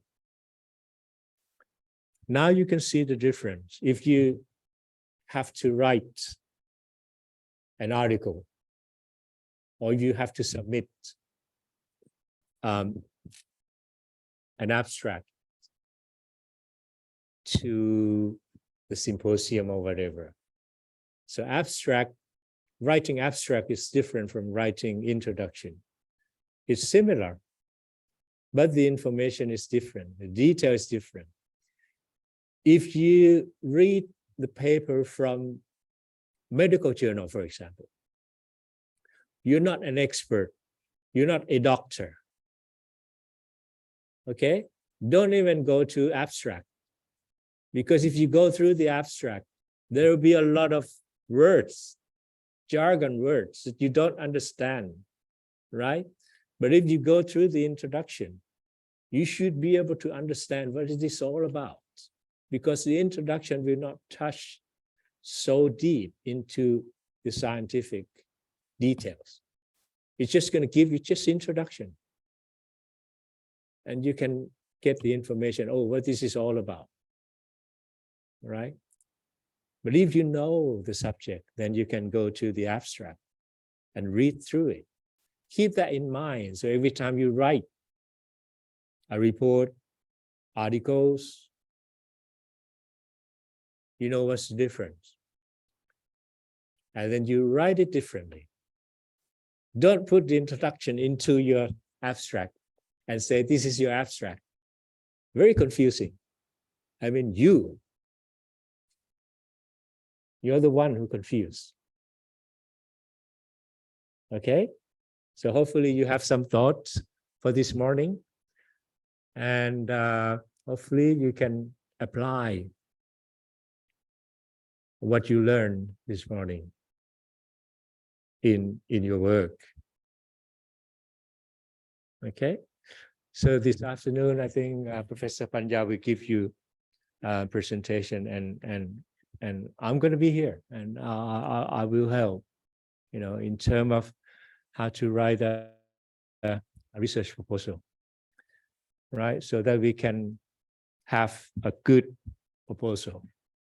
A proposal is something that is, is a product that you want to sell. Okay? You are asking for money, you're asking for support. So you want to sell something to the donor. You want to sell something to some people who give you money to work. So if you write a poor proposal, are you going to get it? You're going to have to be a salesperson, selling yourself, selling your project. Okay? So a good proposal should be well prepared. And how you're going to do it. Literature review is one of them. Very most important process. And most important and time-consuming process that you have to go through. It's a pain, isn't it? But it's a fact of life. You need to go through it. Okay? That's all I can say this morning. And thanks for your cooperation. And see you in the afternoon. What time is it for the afternoon session? 1:30 or? อาจารย์ปัญญา 1:30 บ่ายโมงครึ่งนะ Okay. So we'll see you again 1:30. Have a good lunch. Okay. Thank you very much. สวัสดีครับ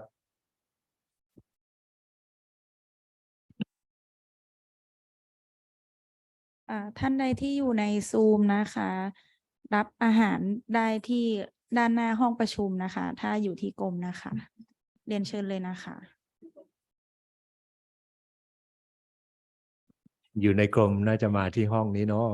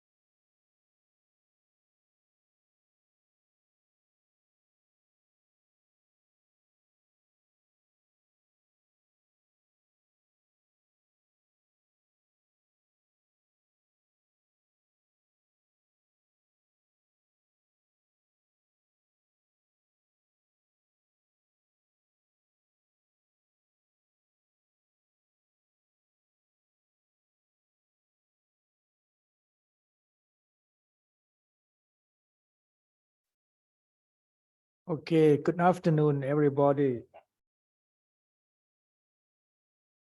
I was asked to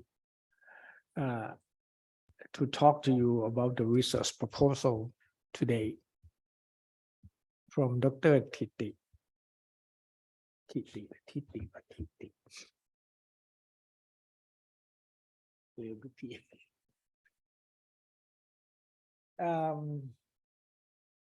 you see this picture, this cartoon? You know what does it mean, proposal?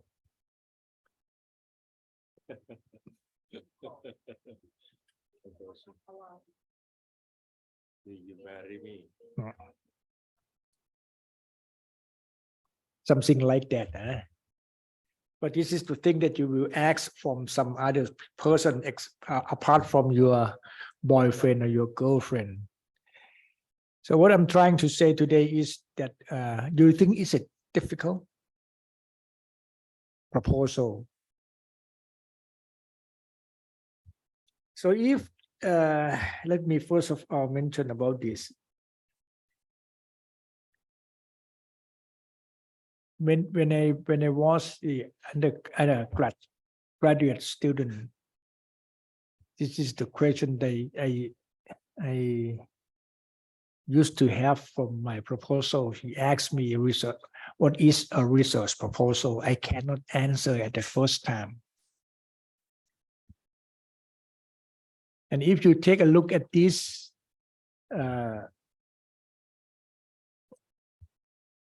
sorry, I have to remove this guy, but I cannot. That's the problem of my computer because I use the fake Adobe.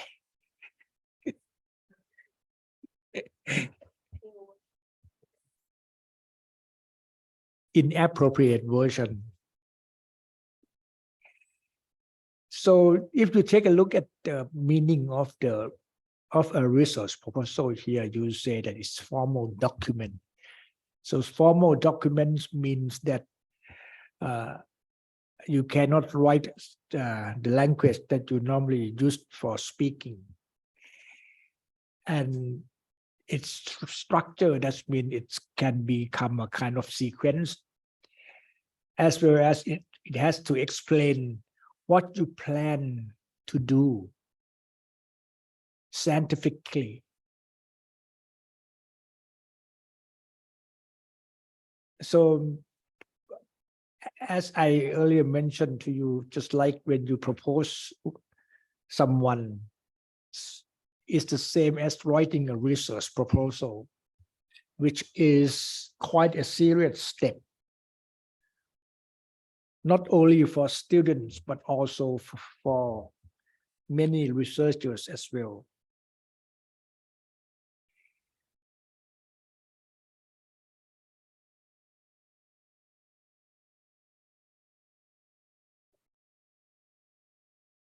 There might be something happen. I cannot.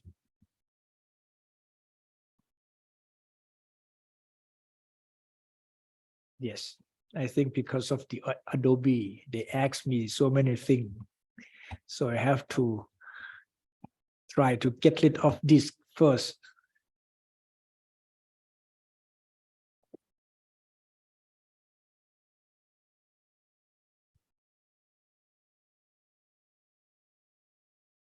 Someone may ask how many types of research proposal. Actually, there are more than 5 kinds of research proposal, but what I want to mention here is only 2 kinds. One is called general research proposal, which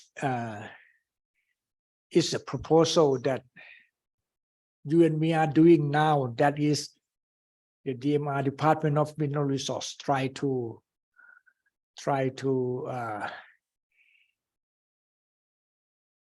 launch a project which is supposed to be a research project. Another one is what we call grant research proposal. The grant research proposal is another kind of proposal which you ask for a research fund. You understand what I mean? So that means that you can get some money from the organization that you propose. So in the case of Thailand, we have the very big one, which is called NRCT, which is National Research Council of Thailand. So the grant research proposal is some kind of a very clear and direct document which can be written to a particular funding agency with the purpose of persuading you, trying to persuade your some organization to provide you some money. Okay, so in this case, the first one is a little easier than the second one. The grant research proposal is a little bit more difficult.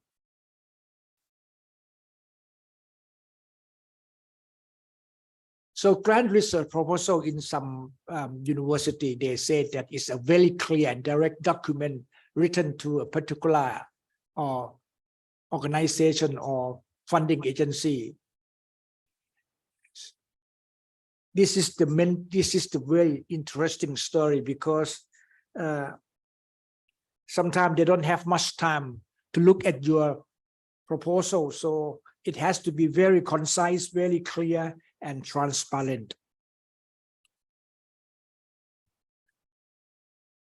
Someone may already know that how many parts of research proposal. After I read many articles related to the research project, I come up with there are 5 parts of a research proposal. So the first one is the title of your research proposal.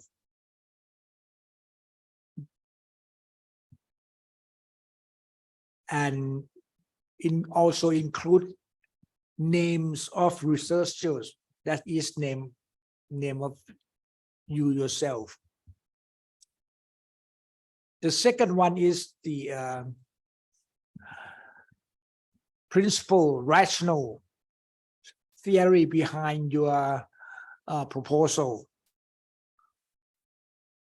The third one involves the objective and methodology.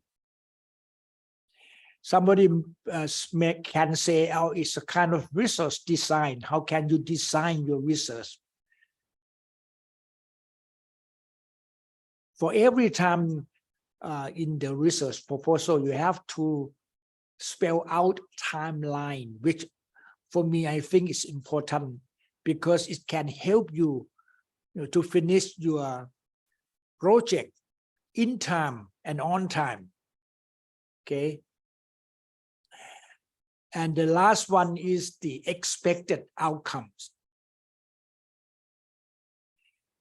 There are much more. Some universities, some institutions, they say that research proposal have to be something like consists of 5 parts, 6 parts, 7 parts. So I cut it down to 5 parts. So let me first of all saying something about research title. Normally, a title should be within 1 slide in general. This is for your presentation. And you have to make sure that your title or your research topic point to the focus of your research.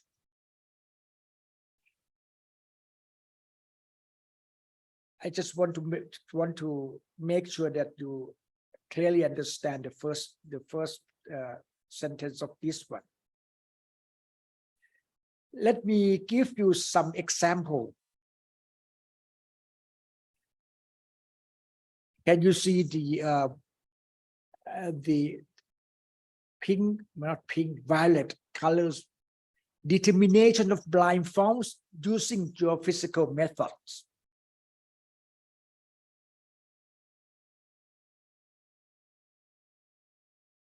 So the title of the research title has to be, in general, short.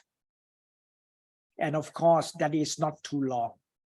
Long research proposal will, what happened is normally we don't need any long title. It has to be very concise in general and never use sentence. Use only phrase for generation of your title. Take a look at this example, determination of blind forms using geophysical method.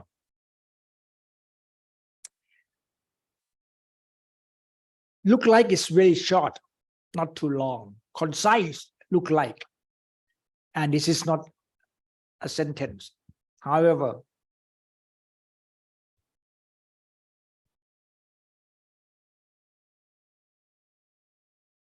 remember one thing, when you start up your research proposal writing, sometimes your title can be a kind of tentative title.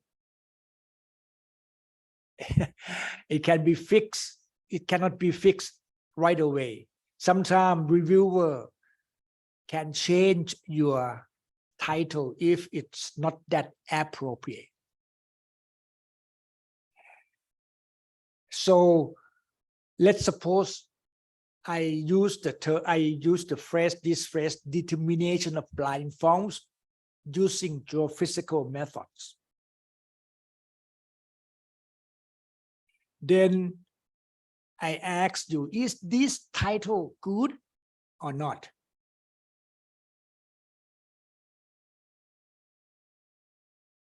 It looks at the first time good because, oh, this is very short one. But for me, I think that this is a kind of writing a chapter in a book, but not a research work. Okay. So what happened if I put in Nakhon Phanom area, northeastern Thailand?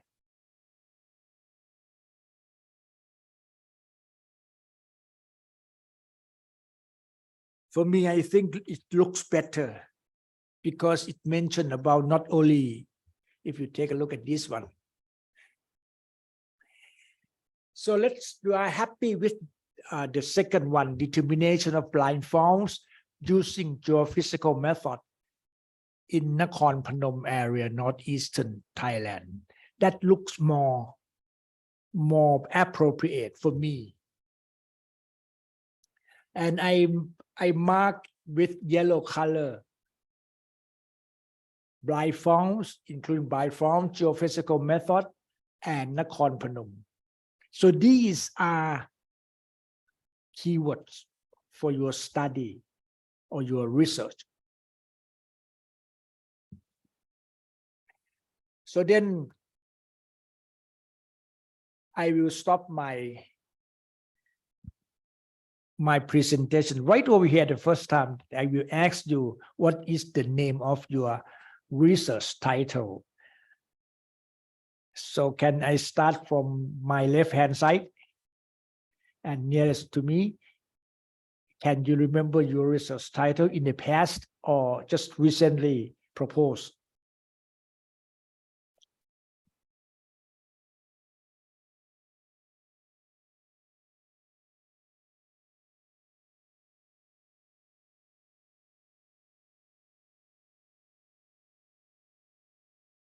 No problem. You can take a look at your note. Unless you cannot say any word or unless you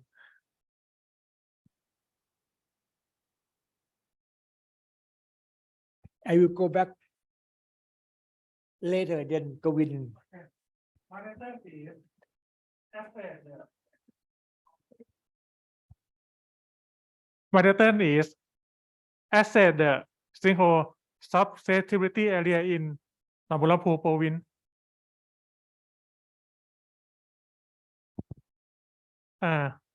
Asset the single susceptibility area in หนองบัวลำพู province.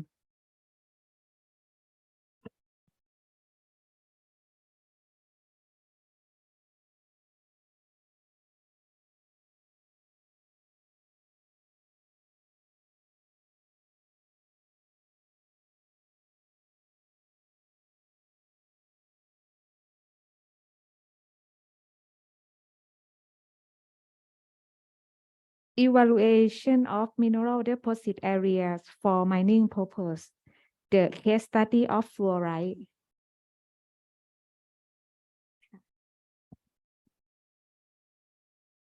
Comparative correlation of ground radiation value with chemical analysis value in rare earth element potential area เชียงราย province.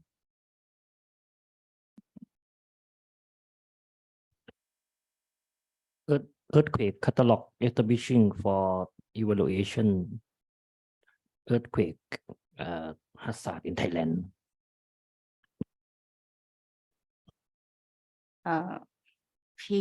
Preliminary risk sinkhole risk assessment in class case study in Chiang Rai province.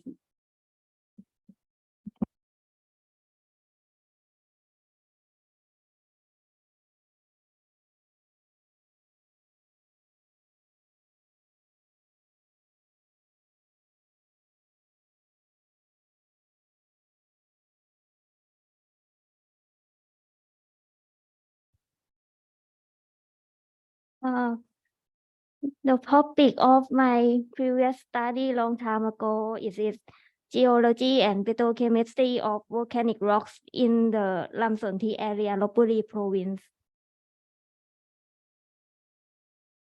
My topic is the tsunami impact reduction for community level, a case study of Ban Nam Kem community by using tsunami ready recognition UNESCO standard guideline. I want you to help me for the other things is that, can you tell me the keywords of your thesis title?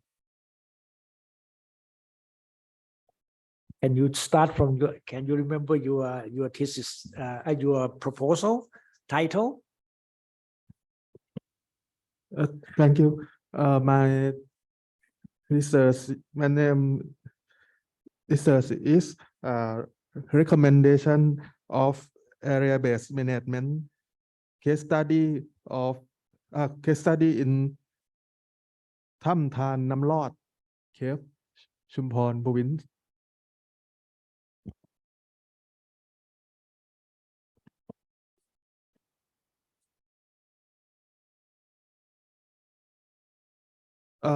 The keyword I think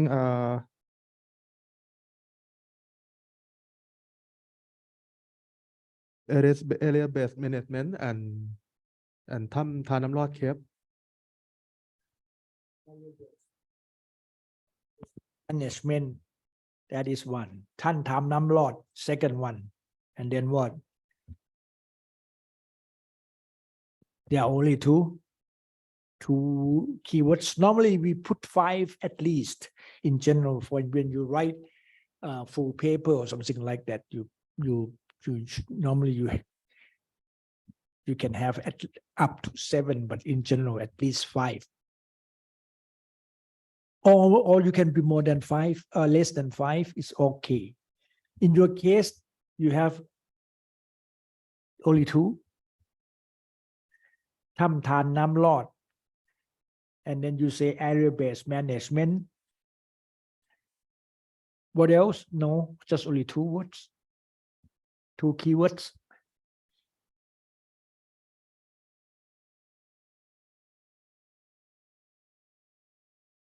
Keywords, no, normally keywords can be something else.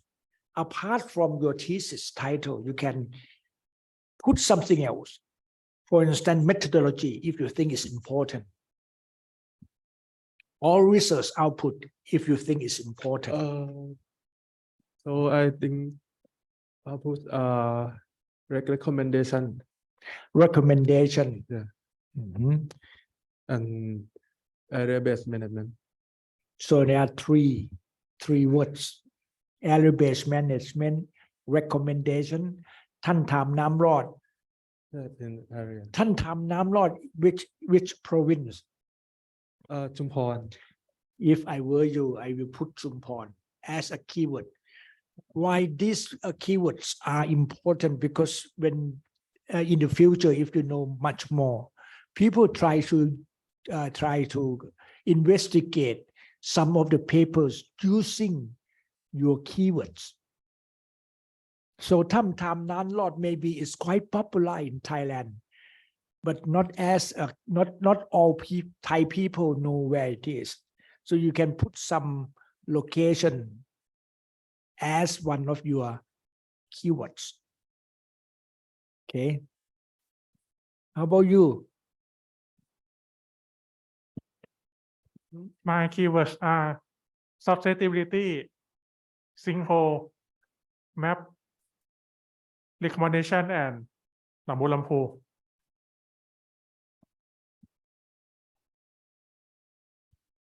Monsili, you finished. Okay. My topic is the evaluation of mining purpose area industrial rock to propose new mineral deposit area for mining purpose, a case study of Buriram and Sulin province.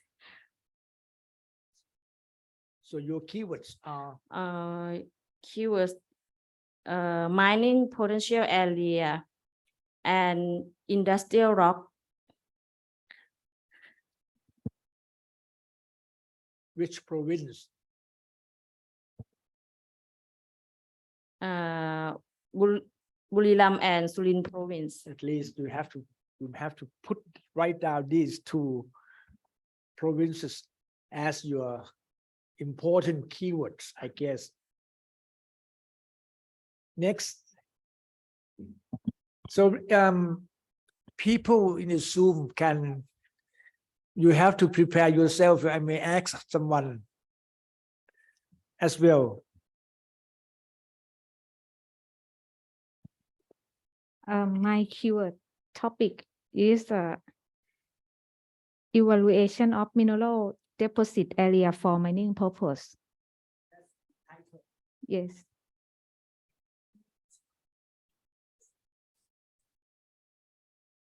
Mineral deposit areas. Mining purpose. All right. Yes.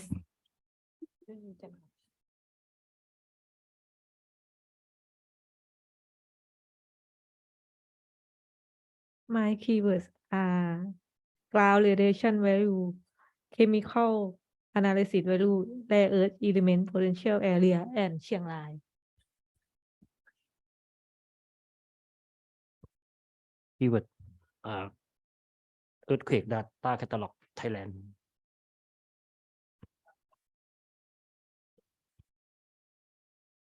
Your full title is what? Earthquake data catalog exhibition for earthquake evaluation in Thailand. I not have. So earthquake evaluation is maybe another keyword. And also in Thailand. Yeah. By using which method? There's supposed to be one other in your research in your research work. What is the main methodology that you use? Using to the analysis time series data to get the magnitude and the time series data, that is enough. Yeah. Because it's word. You don't need to explain a little more. Okay. So what I mean is that is sometimes it comes from your title. Sometimes in your case, for instance, seismic hazards analysis is much more important. So you have to write it down as well. Thank you. First one is sinkhole risk assessment. Second is class. Third is AHP. AHP is from an analytic hierarchy process. And the last one is Ching.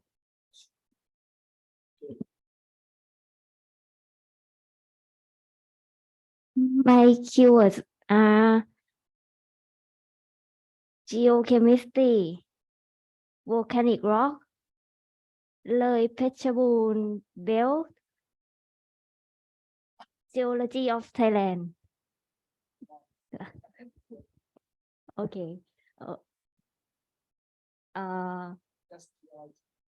Geology and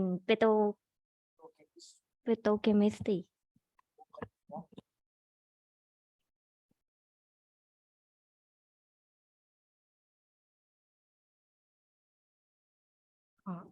I will use 5 keywords in my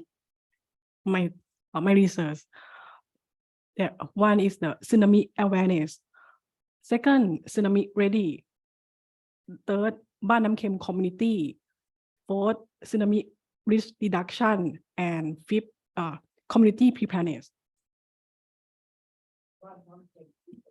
Popular in Thailand.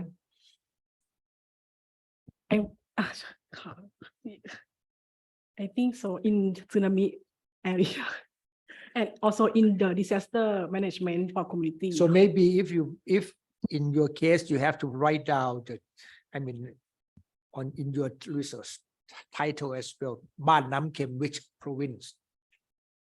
See, so in that case, province is more important than บ้านน้ำเค็ม, which is a small village affected by tsunami. Okay, and then you say that is the first keyword is what? Tsunami awareness. Tsunami awareness. Second one is tsunami ready. Tsunami what? Ready. Ready. And what does it mean, tsunami ready? It's the technical term for the tsunami ready recognition by UNESCO standard guideline. Maybe if that one is more important, you have to write the long one. No problem. Tsunami ready doesn't mean anything. Actually, they use this term. Yes, they use okay. this term. If they use this term. So I'm going to ask the people in the Zoom, but I will not ask Pachala. I cannot read some others. So can you?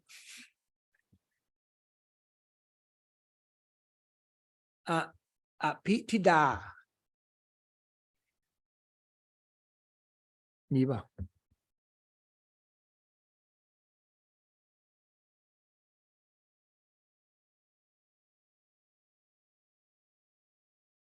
ไม่มีใครคนนะเขากล้องอยู่เปล่าอยู่ครับ แต่ว่าเสียงบรรยากาศรอบข้างมันดังมากเลยได้ครับได้ยินไหมครับได้ยินครับ ได้ยินครับ Can you tell me your research title and as well as your keywords? Okay. My study research title is the radio area study from late Paleozoic to indicate environment in Paleolithic Chiangdao district from Chiangdao district, Chiang Mai province. My keyword radio area late Paleozoic in Khnon Son, Thailand. ประมาณนี้ครับ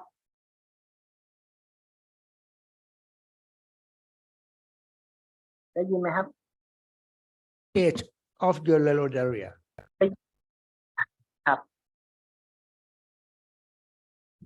ได้ยินไหม what is the age of your Rhodolia the age from middle Devonian to late Permian that's too specific just mention late Triassic or early Triassic or something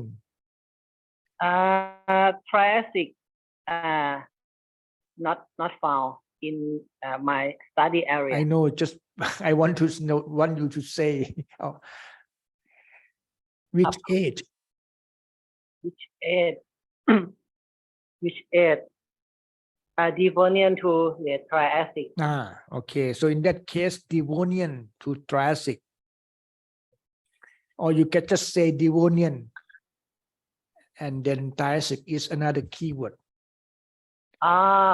Okay 好的 paleo environment as well paleo environment so how many keywords totally เดี๋ยวนับใหม่นะฮะ Radiolaria paleo environment paleothetis interdon zone island Devonian and Triassic 7 เยอะไปไหมฮะ Internon zone island is that what you say or just internon zone Interdon zone but not island is not that important in your case Interdon Island island ครับ okay can anyone in the Zoom help me for your research title Pitida is still there can you help me or you cannot help me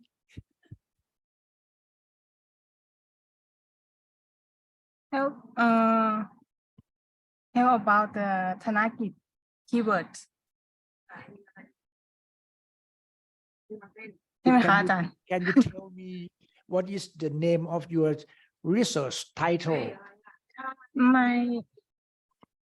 My research title is the role of DMR in marine spatial planning and keywords is marine spatial planning, ocean governance, and coastal management, and another two, I don't know. The important one DMR but never write down DMR. the short one write down for keywords normally we use the full name unless the short name is quite popular DMR is not that popular outside country because if you write down Department of Mineral Resource in the Google what happened is you can get Nigeria you can get Siberia or something like that for Department of Mineral Resources so if you want to write down something like this DMR Thailand something like that Thailand. Department of Mineral Resources Thailand okay then why I have to specify that's why I need you to understand some keywords the reason is that it's very important when you write down the objective and methodology which is the other topics that I will mention okay set up the objective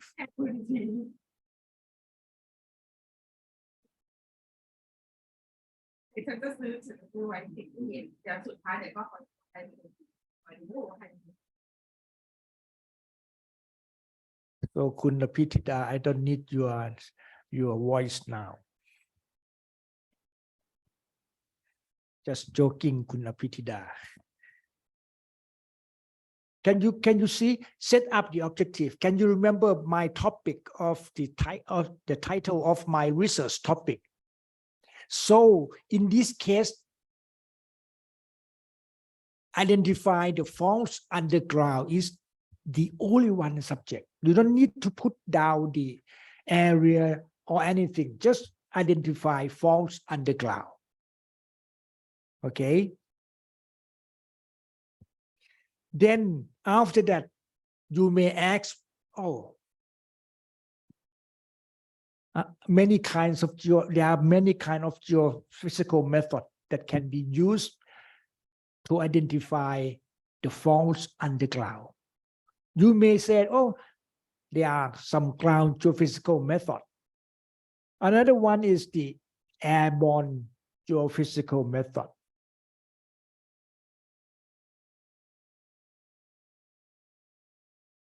You see, so in this case, if you understand this so well, and then you know that, maybe I have to write down ground geophysical method for the title of my research topic. Okay.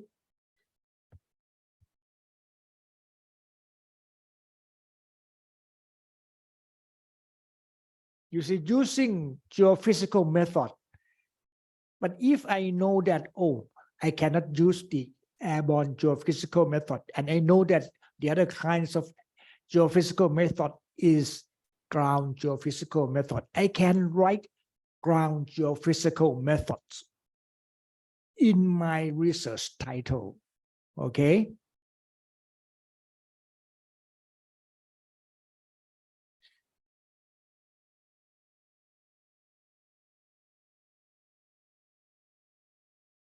This is not from myself, this is from some others. They mention something like this, which is difficult to understand. So I better use my language rather than some institute, research institute. I think this is one from Pennsylvania, University of Pennsylvania.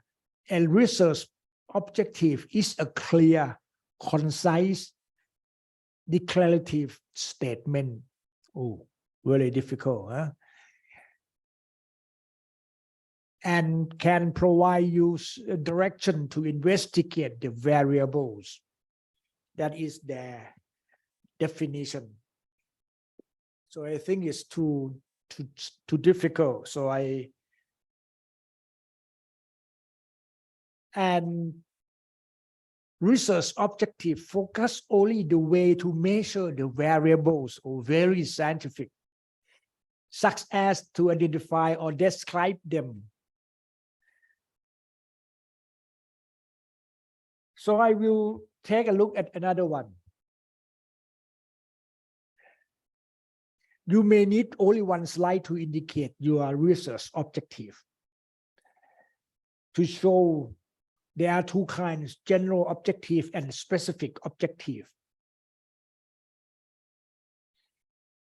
As my research title, identifying the underground blind fault. Actually, when I want to specific or mention about the objective, I don't use the blind fault, because the blind fault is a difficult one. It's more technical term and not many people can understand. But if I say the fault underground, then some people may understand. Specific objective sometimes is too difficult. Sometimes it's very,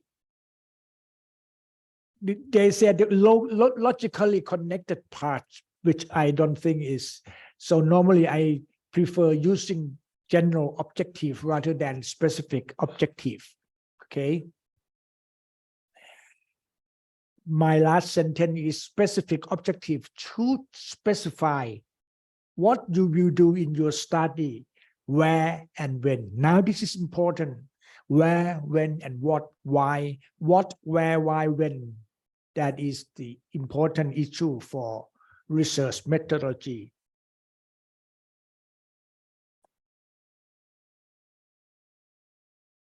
I skip this one because it's too difficult to see.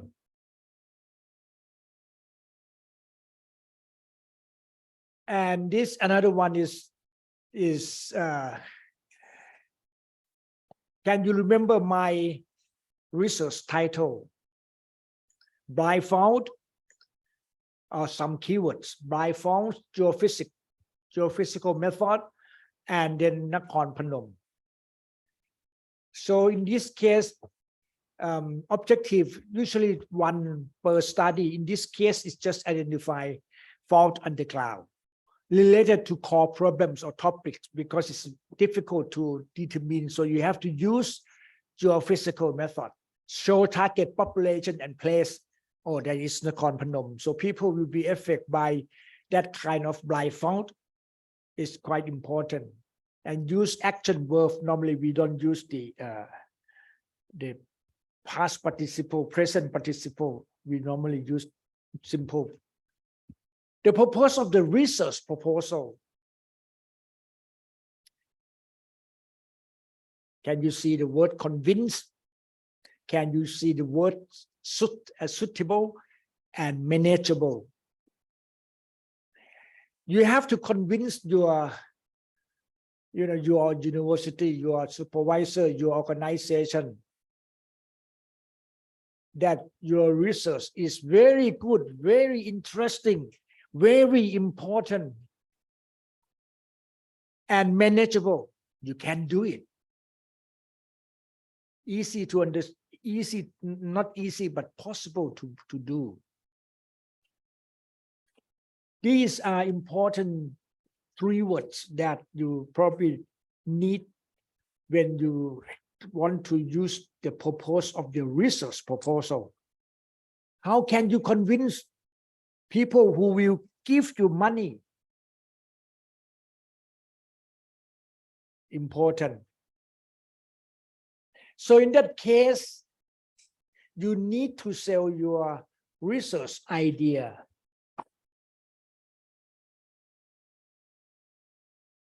But if you cannot convince them, you need to revise or resubmit your proposal. After some time, there are two kinds of presentation. One is called pre-project proposal. So in this case, your professor or your organization will say that, well, can you give me a very short proposal, 1 or 2 pages? After reading that your short proposal, then they said, well, you have to resubmit. That means your proposal is not that suitability or manageable, difficult to manage. You don't want to do that because it will cost you valuable time. Sometimes you have to delay your project, or sometimes it takes money in order to develop a project. So that's why I say that it's important that you have to, at the first hand, you need to have a very interesting, very appropriate research topic.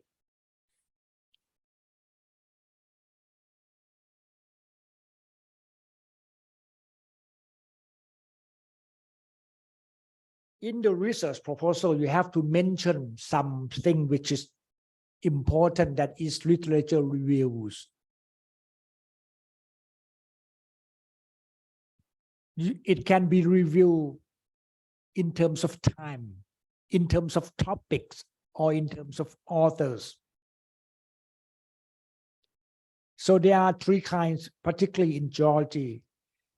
Chronology is quite common, that you know that this guy do that first, this guy do later, and this guy do the last before me or something like that. Or in the case of my research topic that I earlier mentioned, determination of blindfold. You can use determination of blindfold can be used by some other method apart from geophysical method. For instance, I can use radon gas to determine the blindfold, something like that. So in that case, sometimes you may have to mention something like this, that blindfold can be determined by several methods. For instance, geophysical method or geochemical method or radiometric method. Okay. So in this case, that is not chronological. Chronological means if you want to do want to mention some Nakhon Phanom area have never been facing earthquake at all, something like that.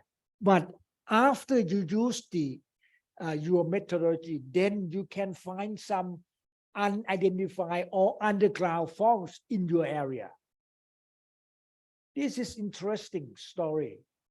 So that is you are trying to persuade the one who gives you a research grant. You understand research grant? Research grant is the money that they will give you for doing research. That is called research grant. Money that they are going to give you, or budget that they are going to give you for doing your research. So the most important things in my case is, in this case, you try to convince if by using this method, you can identify the blindfold. But in my case, if I will review by topic. You can review what is the blindfold actually. You are not the first person who create the name, the blindfold. So in this case, you have to say, oh, Mr. X is the first person who identified the blindfold, something like that in New Zealand. That is the story of the blindfold. Something. So in that case, they are trying to use geophysical method to determine the blindfold, which the blindfold mean the form which occur underground and never show any morphological features. No morphology, no physiography, no landscape to indicate that there is a fault in that area. But since there are some earthquake recently, but there is no morphology or morphological evidence, you have to use some other way. Normally, geologists use geomorphology to indicate the fault. But in this case, the fault occurs underground. So in that case, you have to use some other method.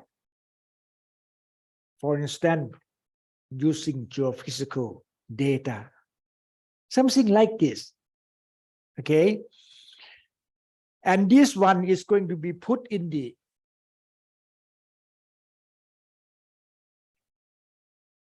these three terms: what, why, and how. In the research proposal, you need to have what. Of course, title need what.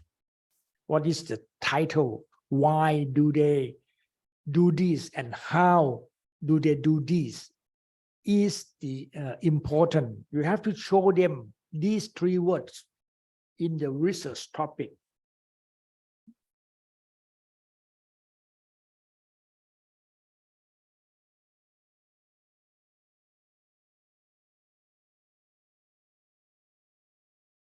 So research proposal must be specific and unambiguous.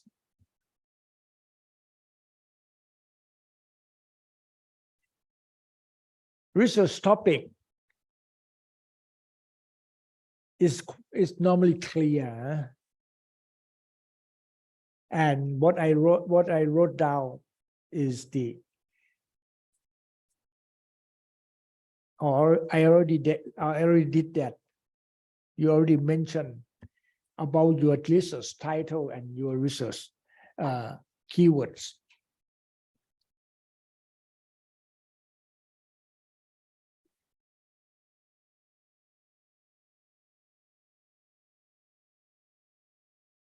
So you mentioned what is the aim of your research topic, or what is the objective of your research topic.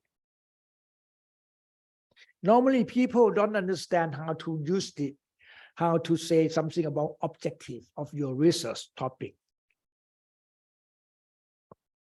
So that is why you need a coach. Just like what your DMR wants you to do, they set up a team of a coach. So people, and then you can consult the mentor for your research interest.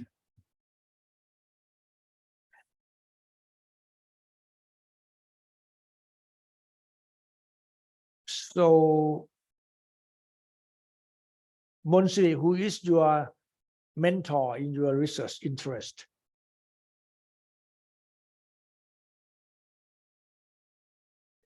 Can you understand what I mean or what I said? I'm not the mentor. I'm not the mentor. I'm just advisor. Okay. How about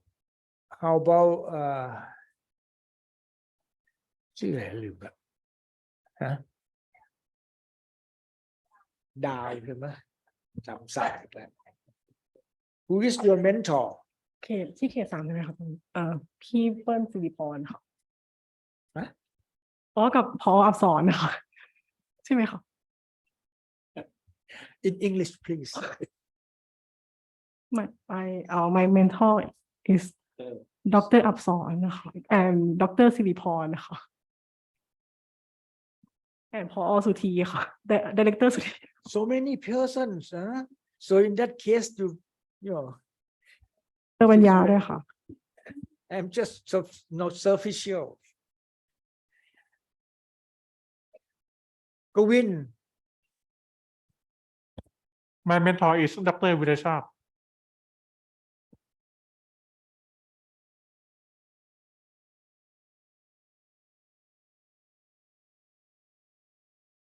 Cho, what is Cho? I don't.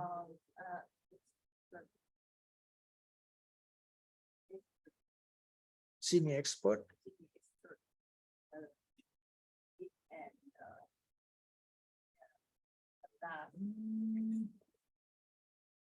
Okay.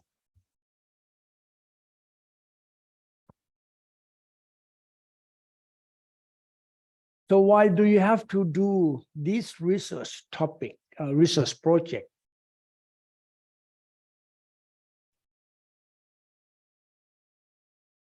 Normally people will say that this is original.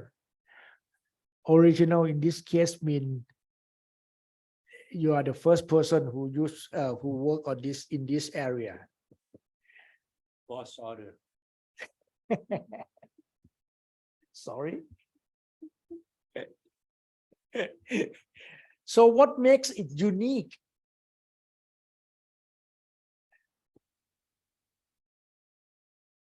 And what gap literatures?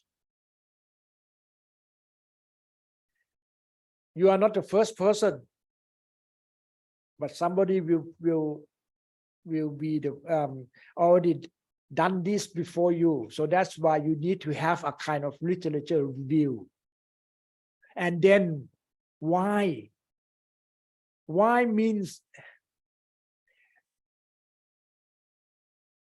why do you have to do this project? How come it's so important?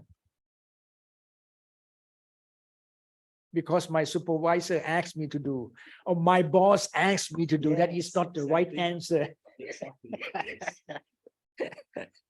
So you try to make some kind of a story. As I earlier mentioned that, I say that you have to convince the one who will give you money that your research is very important. Maybe you are not the first person, but see, originality alone is not enough. Maybe you are not the first person, but if I work this, I can make it better than the previous studies. Okay. So justify why your proposal topic is so important. It's quite interesting story.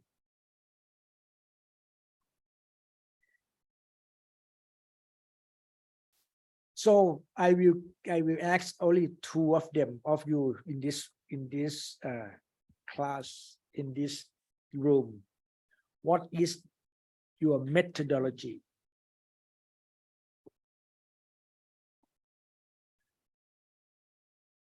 Monsili, can you help me? Mention your methodology that you use for your research topic.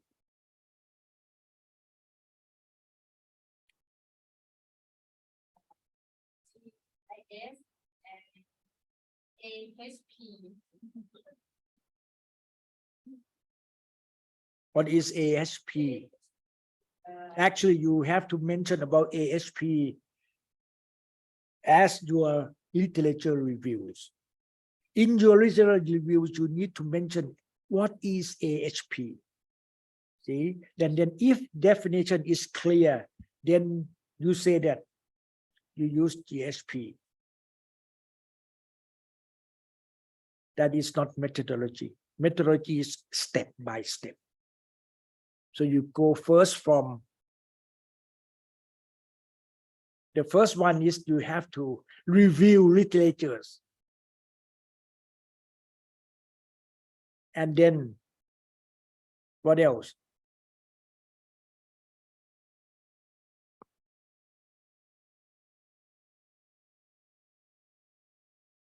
Yes, you can speak in Thai, then you can speak in English later.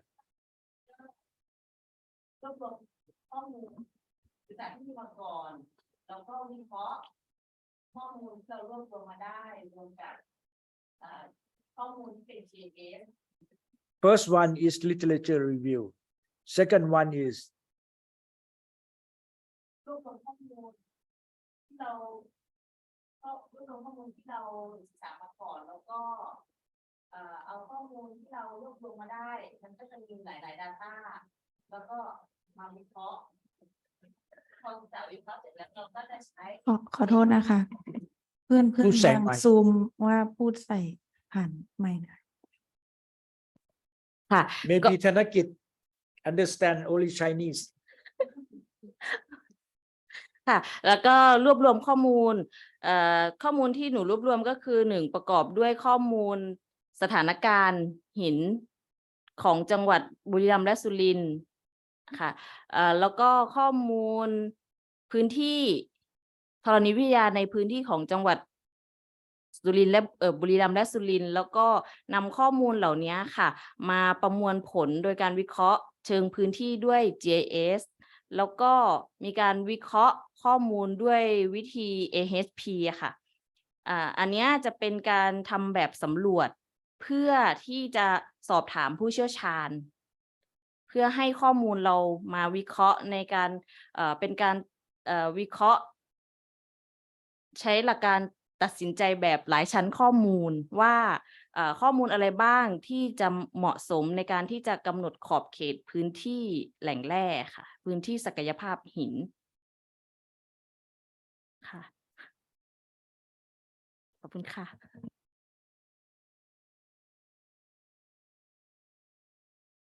for your research methodology? I have recently promoted in the last year. I don't have any topic yet, and now Your thesis topic. my thesis topic. The first I have to review literature, a lot of the literature review, and now I have to. Second one. First one is first. literature review. Yep. Okay, I have to. I can't remember. It's a long time.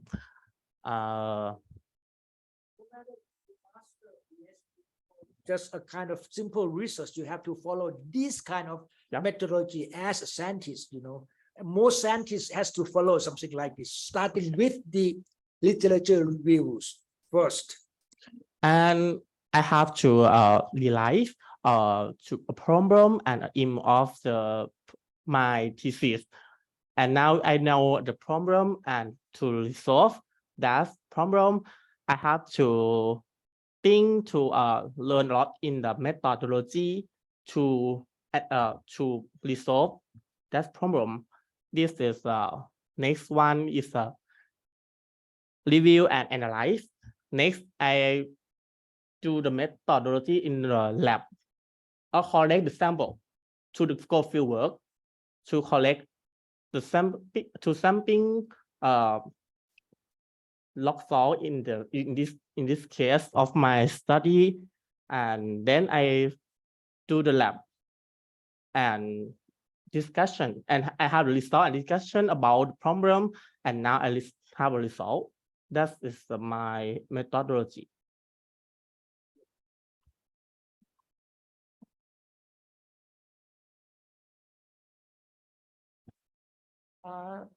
I do like first is literature review. Second is the factors of my layer study of my layers, like clarify data, and then process the data by AHP analytical hierarchy process, and then next to assessment, risk assessment by combined with the social factor, and finally is have some recommend for some area that important area. Just that. Okay. So everyone first has to start with literature review. So if can you review just one? You need to review many. Why?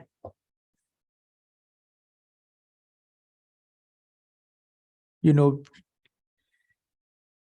use your keywords for reviews.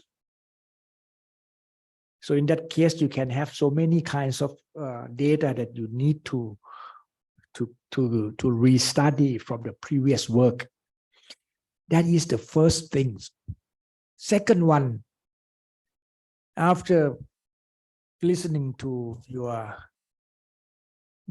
talk, you need to collect data. Data can come from previous work,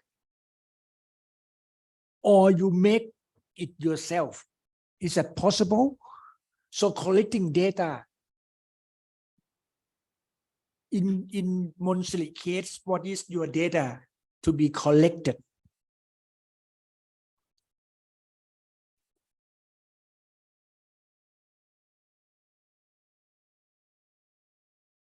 You don't have to mention to me right now, but you have to think about it.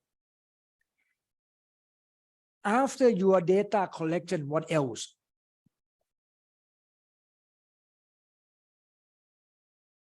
The third one may be analyzing data. Analyzing data. One maybe can oh maybe I can use just only JS, or I can use just only simple equation to solve the problems. Analyzing data, and then what else? You may get result after analyzing data. Normally, DMR report just finished after analyzing data. I'm happy. I get the result. Nothing more. This is not a research project. A research project need to be, you need a further, after the result, you need something like discussion. The best way to discuss is to compare with previous work. That's the best way. Or you can get a new result. This is the first result, and then you may say this is a very interesting result because everyone can use it, and then it's important. For instance, in terms of if I can find blind fault, what happened to Nakhon Phanom area? That can give you some benefit for people over there. Is that right? Or if I can use, if my project, the result is good, then I will say geophysical, this kind of geophysical results, particularly ground geophysical survey, can be used to identify, isn't it? The fault underground, isn't it? That I can use a discussion. And if I use this kind of geophysical method, then I may say that this is the first time for my work in Thailand that can be identifying, that can identify the fault underground successfully. Or not? Or not? Can the result be negative result?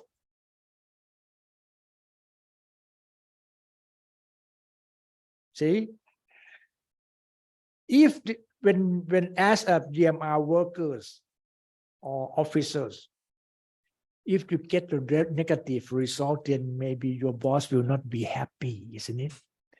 So in that case, remember one thing: research project and the one that your boss give you are not the same thing. You have to report the facts.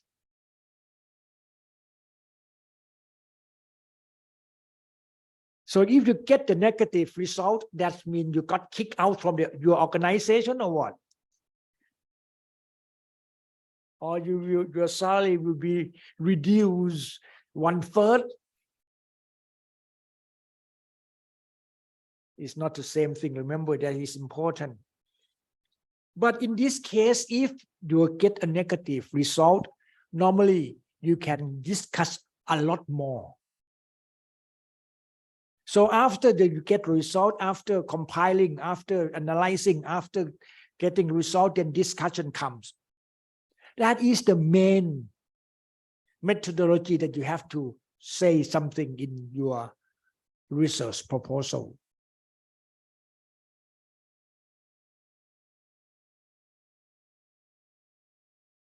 Thanakit, are you there? Yes. What is your methodology? เอาตั้งแต่ตอนไหนครับตั้งแต่ทบทวนวรรณกรรมเลยเหรอครับหรือว่า No. What is your thesis methodology? My methodology, the first of all, to select เขาเรียกว่าอะไรเก็บตัวอย่างcollect sample from the outcrop, but my outcrop search from Google Street because I would like to find a new outcrop, and then to make lab by making section, make the slide for observation under a microscope. If found the radio area, I will to เขาเรียกว่าละลายกรดนะครับ ภาษาอังกฤษจำไม่ได้ to make a chemical radioallia in the lab by use hydrofluoric acid 3 to 5% in the lab and then ตู้ดูดควันภาษาอังกฤษผมไม่ทราบเอาไป Need that you don't need to just step by step and short one. If you one หลังจากนั้นก็เอาไปใช้ในตู้ดูดควันครับ too And long, after is you're still in the collecting data. collecting data ไม่ได้ยินเอาใหม่นะครับอาจารย์ครับ ครับ ได้ยินไหมครับ ได้ยินครับ ที่อะไรนะครับ collecting data ครับ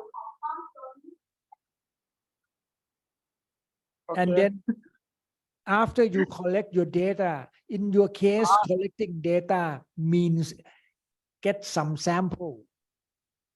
Get some sample Mhm. after I pick up under Extract radiolia, isn't it? from binocular microscope. I will take photo under scanning electron microscope SEM. In the last one to interpret the biocarrion property of the radioallia for finding the age of radioallia. Something like that ประมาณนี้ครับ How about discussion? How about the discussion? If I found the age of radioallia, I will check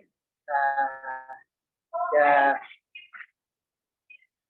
relative paper ต้องเอาไปดูเปเปอร์ที่มันเกี่ยวข้องก่อน แล้วก็ and after that if I have the age of radioallia will Actually, interpret. So Tanakit, listen to me a little bit.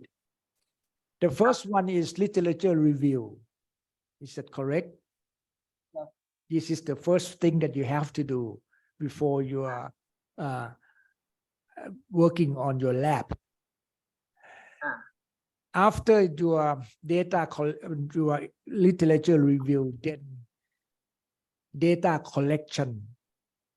How can you get radiolia? See how? Okay. So in Man thatพูดเป็น case, ภาษา you take samples, you extract radiolia from the sample, then you get radiolia. That is data collection. Once you get radiolia, after that, you analyze radiolia. What kinds of radiolia? Then after that, you get result. What you need from the result is the age and what kinds of radiolia.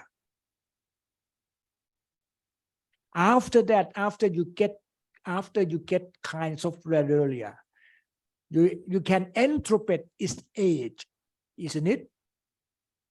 Interpreting its age means also a kind of discussion part.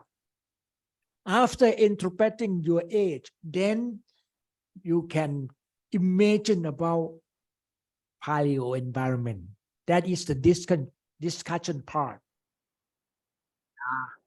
Is that right? You don't need to say that, oh, you have to put some acid to extract radiolia and then to go to microscope. It's too detailed. Remember one thing, when you make a proposal to people, you have time constraint. You have limited time. You cannot spend 1 year, one day or one night, something like that. No, impossible. You have to cut down everything. So in that case, maybe you have to specify the time in your mind at the first time. Oh, I will use just only 10 minutes for these things. I have totally 12 minutes. So I have to spend just only 2 minutes. And then I will have about 5 minutes for question. So that's why when the first time when I speak in this classroom, I mentioned that the very important is time concern. That is important, and practice.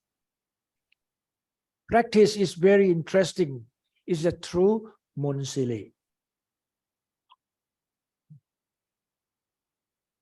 Okay, thank you. Please. Yeah, listening to you, that remind me of the lesson this morning. I did explain it to Kun Govin and also more about the difference between methodology and work procedure. Okay, there's a lot of people confused about these two words. I already explained that methodology is the method that you use in your research. But the work procedure is something that you do in your research. Step 1, this is what you do. Step 2, you do that. Step 3, you do this. Step 4, you do that. Different.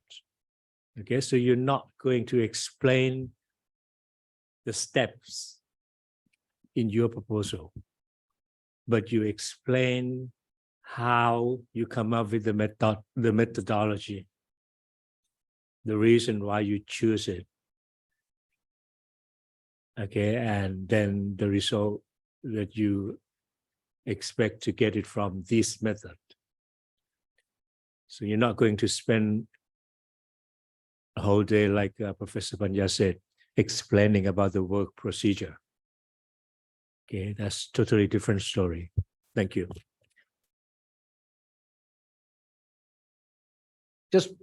Just very short. Okay.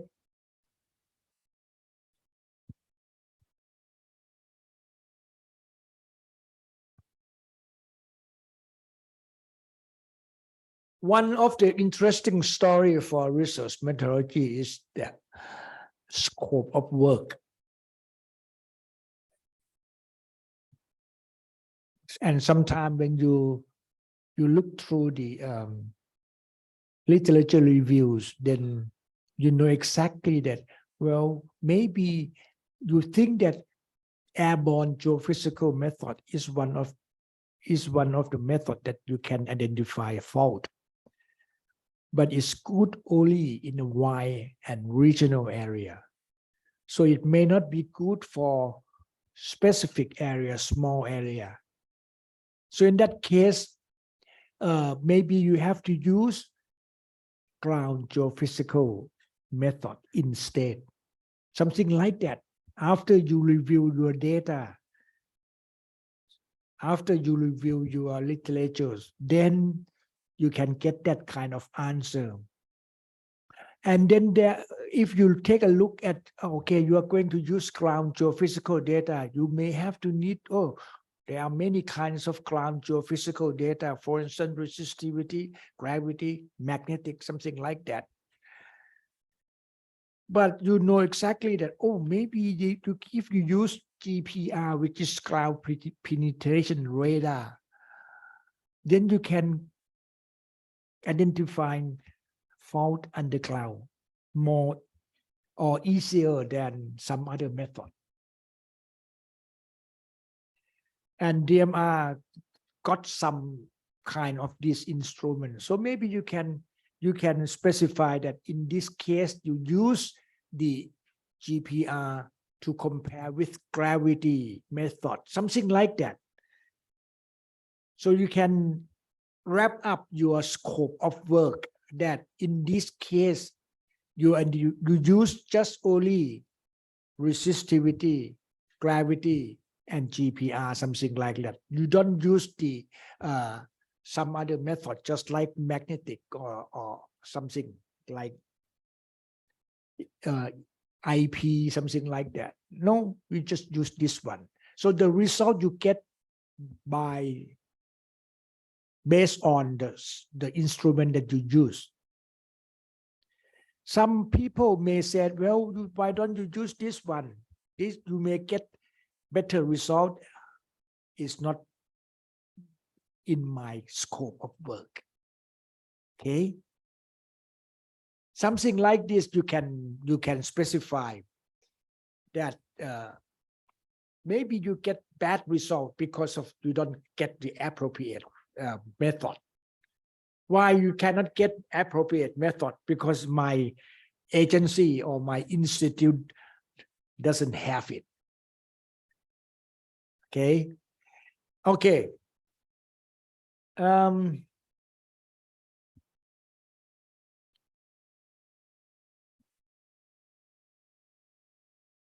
Look at that.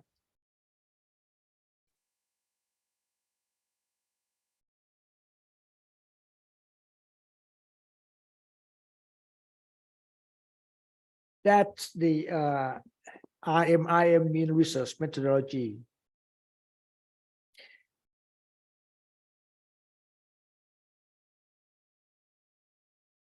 So normally you just, if you have three things, reviews, data collection, data analyzing, and then discussion, then you probably get that methodology. And then you just specify step by step. That is another way.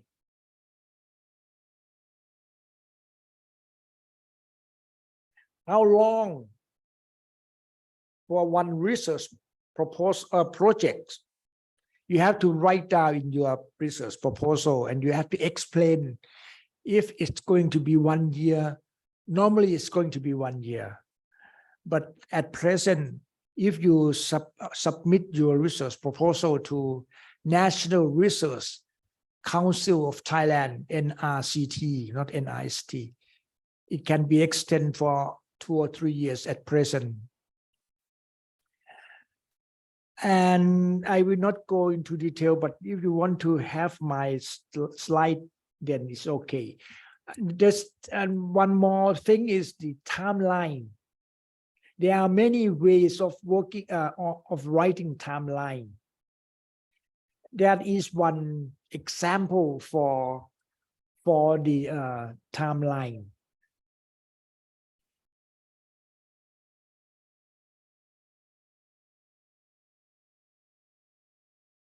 This is another template, timeline template that you can put in your, always put timeline in your research proposal. Some of you may never do, never done something, never do something like this, but it's important that you always write down the timeline in the proposal. Timeline may be something like this as well. This is a simple one. This is from Chulalongkorn University. And then it can be, you can download this, and then you can use this kind of timeline because it's in English as well. So in that case, not in this case, you said you may put timeline for 1 year or 2 years or 3 years, something like that. Another template, you may add something like this. You can follow time to be start and time to be finished, something like that.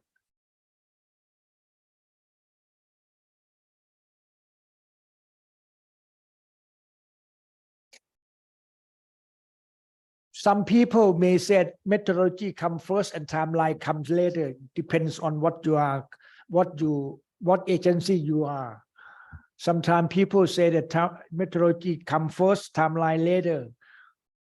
Or you can, normally we prefer having methodology first and then timeline.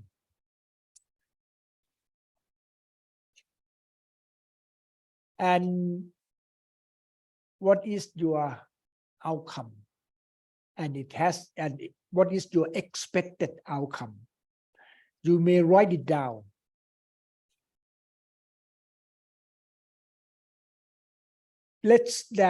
Suppose that your thesis, your proposal, what is your project proposal output?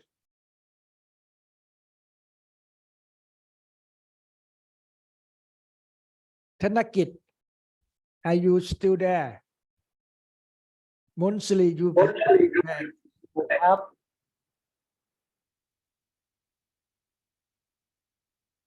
Thanakit เชิญครับ please เดี๋ยวแป๊บหนึ่งครับ คณะมาครับ อาจารย์แป๊บหนึ่ง propose ใช่ไหมฮะ outcome outcome the environment แป๊บหนึง the environment of my study area at เชียงดาว district เชียงใหม่ province paleo environment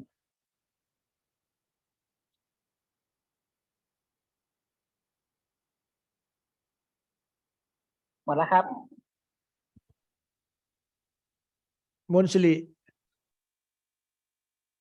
actually your research proposal is important.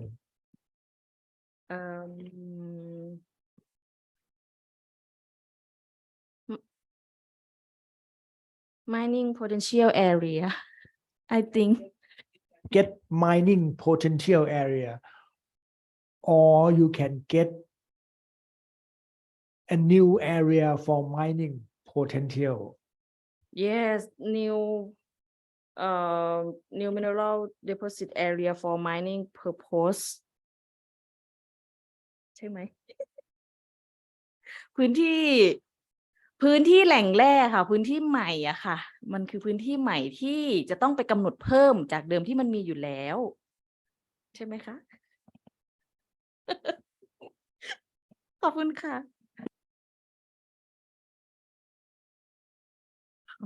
Wow. My outcome is in the report. The ค่ะหนูอ่านแล้วมันเบลอค่ะหนูไม่อ่านนี่ My outcome is I think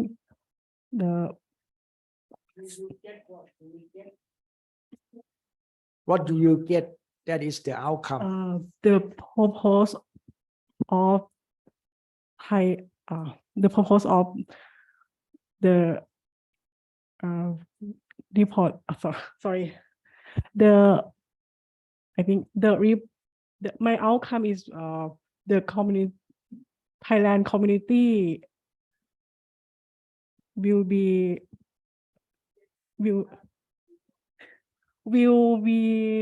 use the standard guideline the tsunami sorry Result of your thesis, not thesis, research.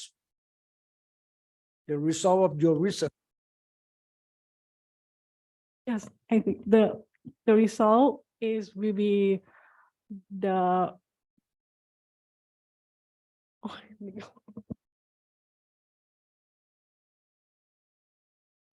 ภาษาไทยกันเลยค่ะงงมันก็คือรายงานการศึกษาค่ะคือเป็นแนวทางการลดผลกระทบสึนามิในระดับชุมชนใช่ค่ะเป็นแนวทางหรือว่าเป็นข้อเสนอแนะเชิงนโยบายที่จะเอาไปใช้ใช่ค่ะไปใช้บริหารจัดการนะคะ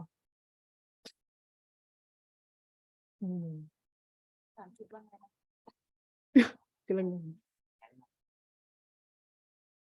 ข้อเสนอเนี่ย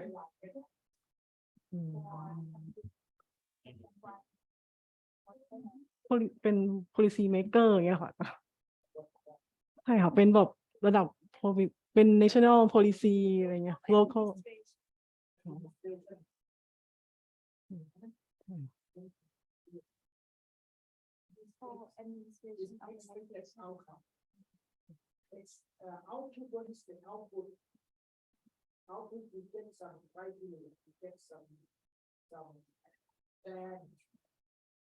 After you working on your proposal, get some this kind of plan and help community or what. ขออีกรอบได้ไหม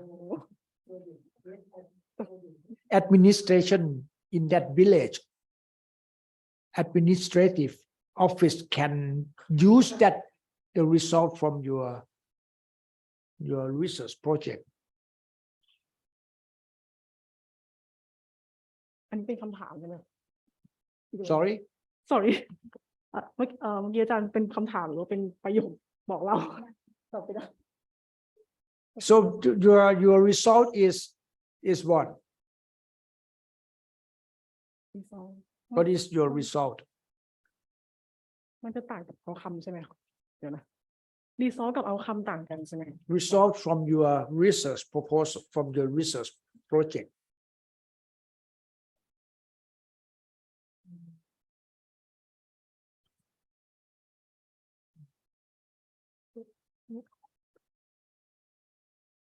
When you propose a project, you this kind of result cannot be, solved yet.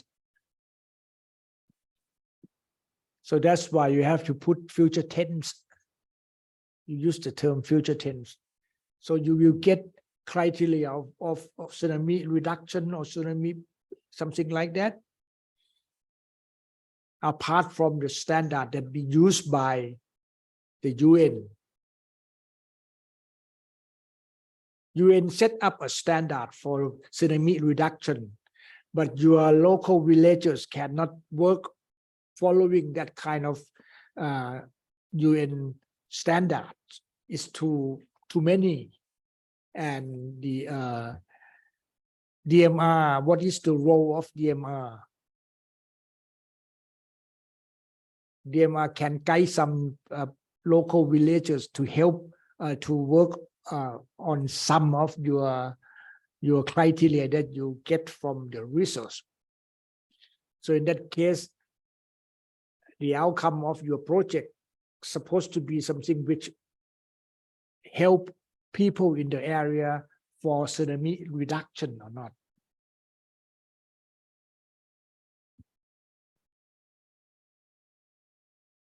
Something like that.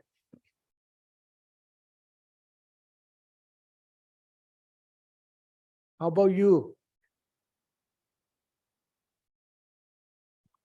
For my the output is sinkhole reach map and and guideline for land use management, and outcome is the community risk reduction from sinkhole.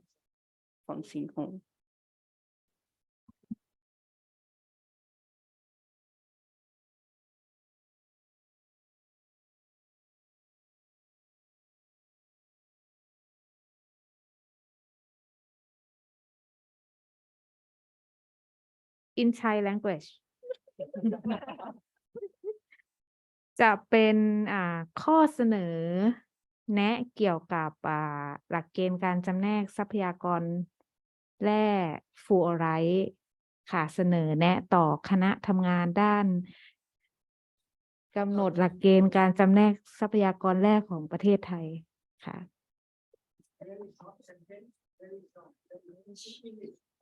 In English, right?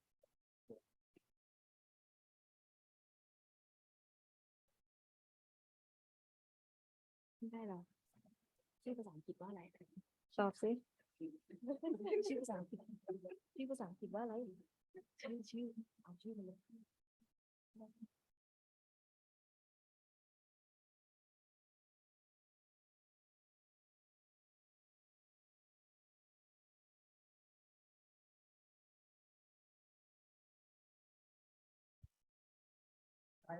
guideline for classification of mineral of fluoride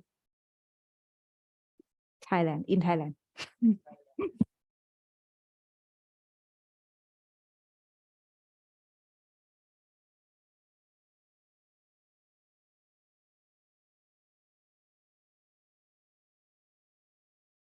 for mining purpose.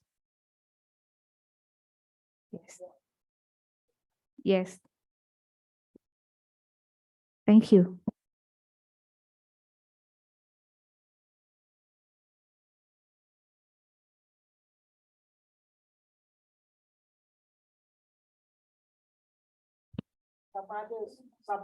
People research outcome เดี๋ยวพัก10 นาทีนะคะ แล้วเดี๋ยวเจอกัน15 นาฬิกาประมาณ20 นาทีนะคะ ขอบคุณมากค่ะเดี๋ยวกลับมาพร้อมกับคำถามของอาจารย์นะคะ พร้อมคำตอบ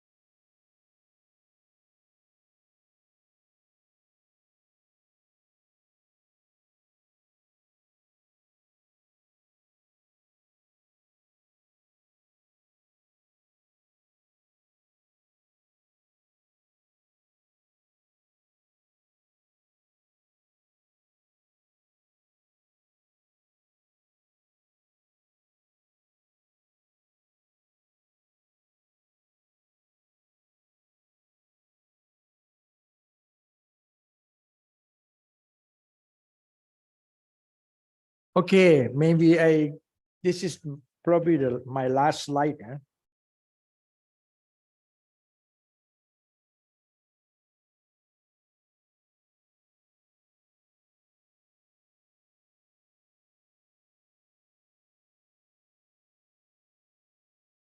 Okay, if you take a look at this slide, you will see that.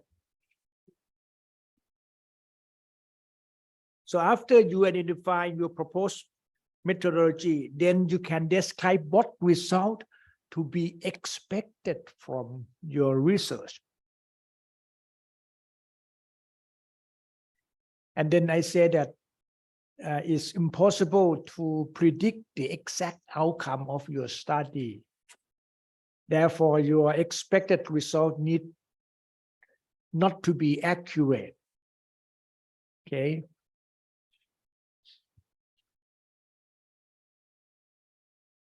For instance, in the case of Thanakit thesis, when he proposed his project proposal, he believed that he can get some result or some radiolaria which can give him an old age. Unfortunately, what he get for his research output is younger than it should be.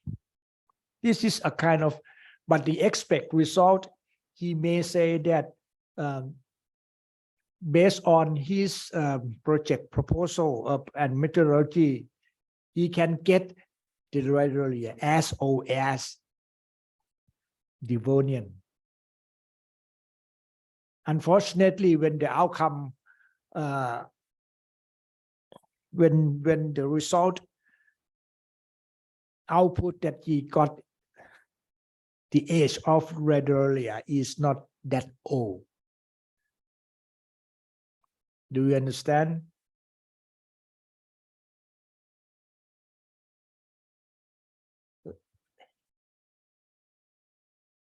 So in that case, make sure, this is my last, almost my last slide. Make sure that you set up outline of your talk. In my talk at the beginning, I said that I will have about 6 topics. Not more than 6 topics is okay.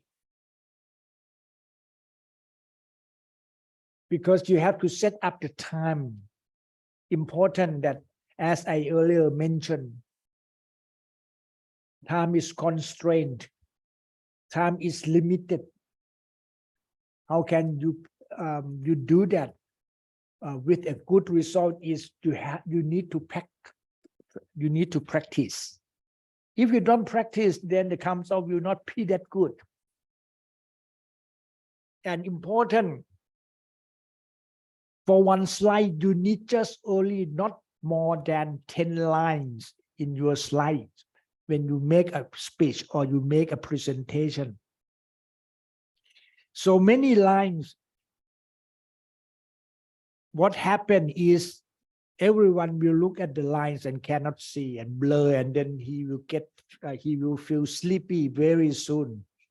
So in that case, make sure that you have less than 10 lines for one slide. Use phrase, not sentence. And what I found out based on my experience is that if you use photograph, it will be much more easier than when you speak. Speak, sometimes you cannot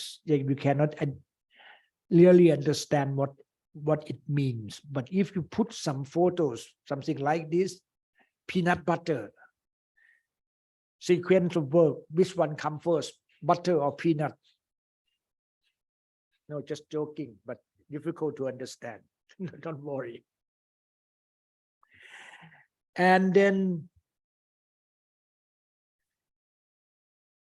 I want to end up with these slides because I think time is important. So make sure you can limited time for your presentation. So keep practicing. Something like this, I know that it's impossible for you to speak English very fluently, and you don't want to speak because you feel so shy, just like me. I always shy, so I don't want to speak. Then impossible thing happen.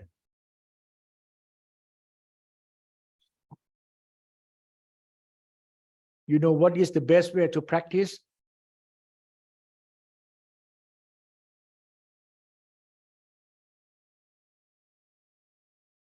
You need mentor. You need mentor. If I ask you, okay, you sit down in front of your mirror and then you just talk, and you don't know what happened. You understand yourself only. So in that case, use your mentor as a very good person to listen to you, and then you just practice with them, saying that, okay, this time I will use just 15 minutes for my talk. Try to follow up as much as possible. Set at the time and then finish it up in time. Monsili, understand? Are you sure? Okay. Before I finish, I want some of you here to for one who didn't tell me the expected outcome. You see, expected outcome. That's mean that is not that is still in the future.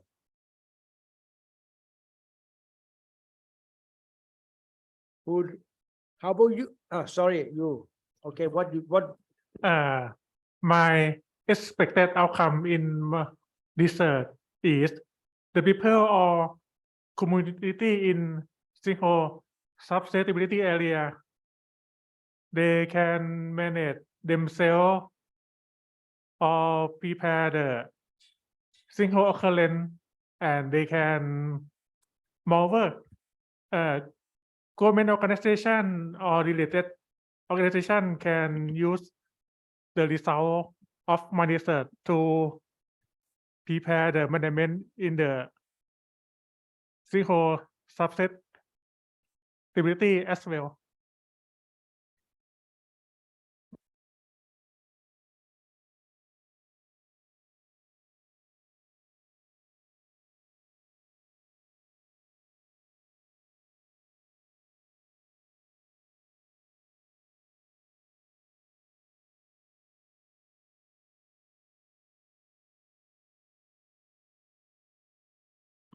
Right? Already did. Expected result.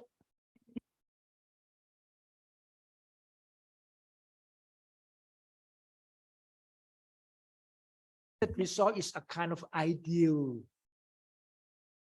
a kind of imagination. Once your project is finished, who will get the result? Who will use the result? Get the benefit from your result. คณะกรรมการด้านกำหนดหลักเกณฑ์การจำแนกทรัพยากรแร่ของประเทศไทยค่ะ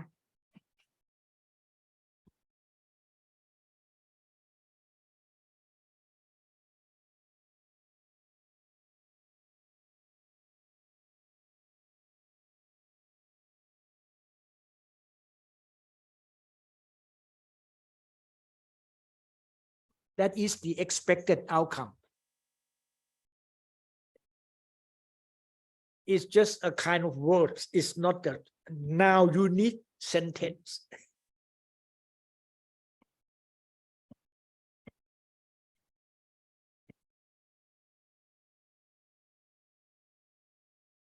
Say Conora will get the expected outcome or what? Or result from your research work will be benefit for the Conora. Is that right? Yes, for planning to management.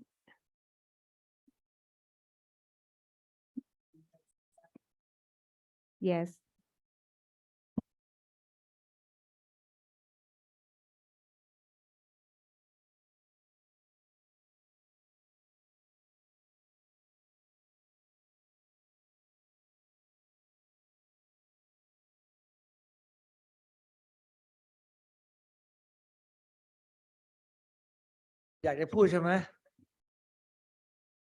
You need to practice according to Dr. Jalin, Dr. Titi.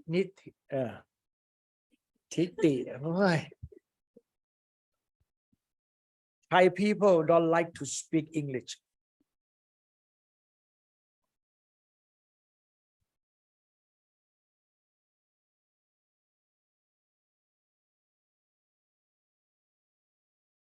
Meant to say something.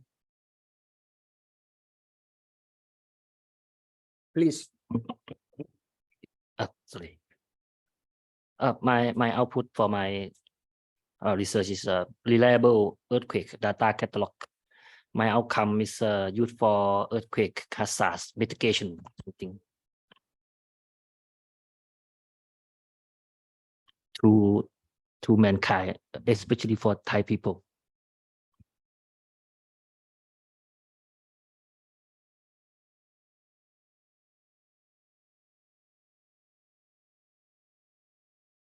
Say some word. And then you, after that, she first.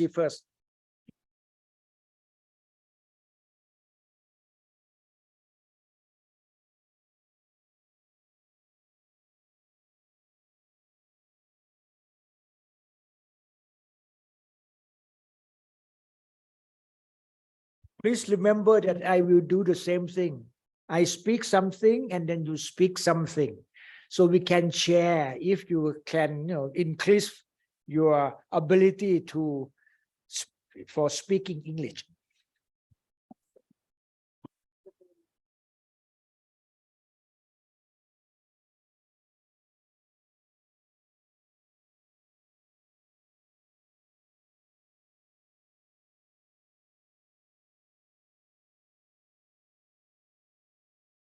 Or slow but not sure.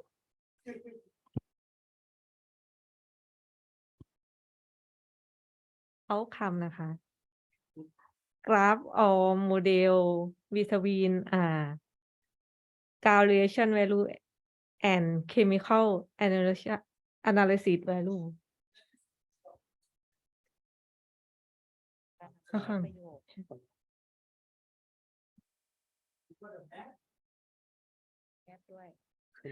ค่ะ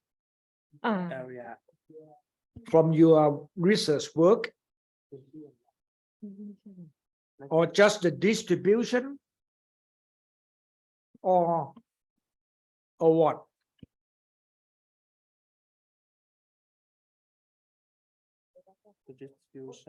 Your objective.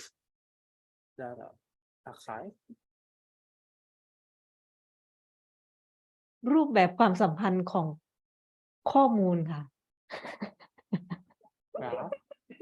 graph or model So you get a model to propose a model. So in this, and the output is a model. So who will use the model?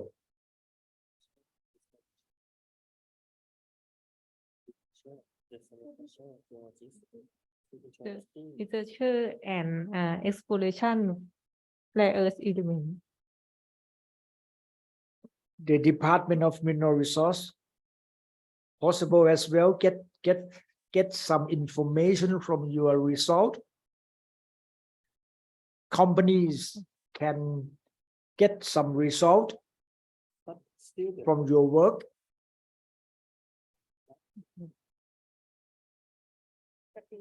Normally with student too. Sorry. I think it's with students who interested about our element too. Students. Yeah. Oh, okay. Researchers, how about researcher? Researcher is more important than student in this case.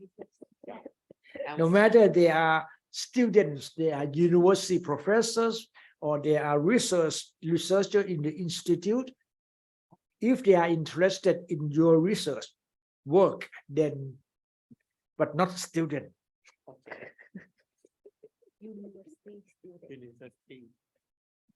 So what is the methodology? Your methodology is you first collect first literature review, then collecting data. What kind of data you're going to collect?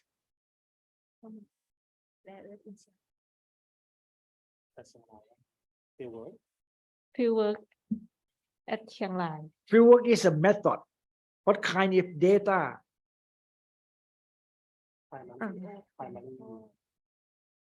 Samples, radioactivity, REE, or some elements that you want to collect. Ground radiation value from Radioactive Gamma elements ray. from where? From rock sample, from soil or sediment, and From then after that you soil. analyze it. So your data collection is a kind of soil or rocks or both. Or both. Soil and rock. Just soil, no rocks. Soil and rock. Soil and rocks. So in that case, you collect some soil and rocks, which supposed to contain radioactive elements. After that, you analyze them, then you get the result. Some of your sample may contain high radioactive elements. Some sample may contain less radioactive element. Then what you get is what? Target area or what? Or just graph showing the relationship between some radioactive element.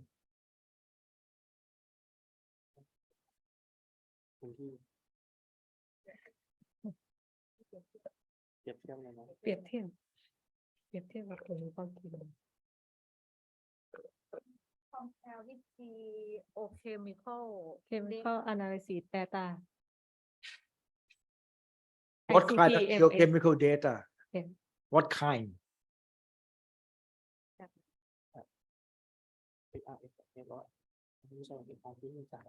ICP-MS.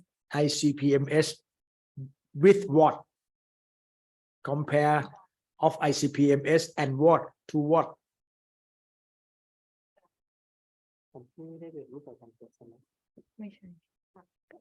Ground radiation value. Ground radiation value by using what kind of instrument? Ground radiation value. From gamma ray spectrometer. Compare between gamma ray spectrometer result and ICP-MS result.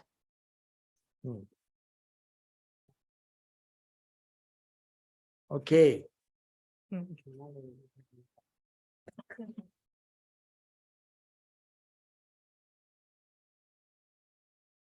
ส้มโออ่ะตกลงเชยชื่อส้มโอหรือแตงโมอีกแล้วแตงโมสองแตงเลยเว้ย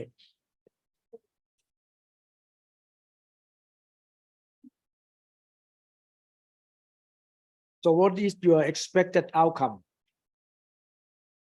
What is your expected? What is your result? My result is the characteristic of volcanic rock in the Lamsonti area. And the expected outcome is You have to say actually you analyze what you do is you after literature review you collect sample. What kind of sample you collect? Some volcanic rocks, isn't it? yes, And then you analyze it. yes. We analyze major oxide and trace element and rare earth element, isn't it? Yes. And then what you get is the geochemical characteristic. It has to be geochemical characteristic because you analyze some trace element, rare earth element, major oxide. So after that, you interpret your geochemical result. You interpret the result. Yes. That is the discussion part. Then you explain tectonic setting.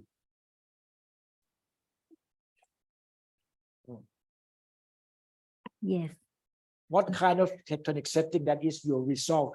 But after you get the result from your geochemical result, then discussion part is you explain tectonic setting of your area. And the expected outcome is maybe some kind of mineralization associated with the volcanic rocks happen. That is your expected result. Result. You just imagine, maybe it's not. But why do you have to explain tectonic history of this area? Because you want to know something more than tectonic setting. Tectonic setting is a kind of theory. So what? But knowledge from the tectonic setting, oh, this kind of thing is a kind of subduction related. Maybe you can get some good gold deposit, some copper deposit, some iron deposit after tectonic setting that you get. That is the dream, something ideal for your study. Normally, it should be something like this when you propose, but actually, too difficult for you to understand that quite far. But this is expected. You just expect tectonic setting, that's it.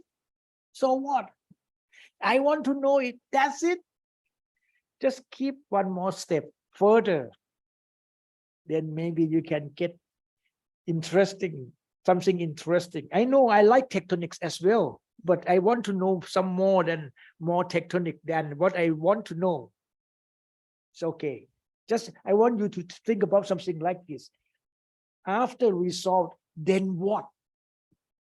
Because next time, what you will do is you will explain to me is after you get the result, you can discuss it. After you get the seismic hazard assessment,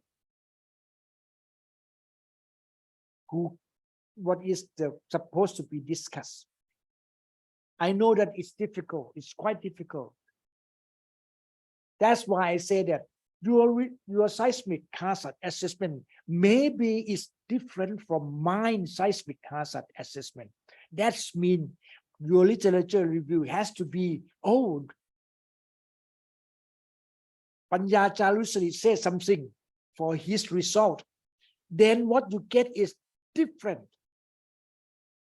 You must say that your result in general, you must say your result is better than the previous one. Or unless, remember one thing important, if your result is better, that's okay, you can discuss. If your result is worse, what should you do?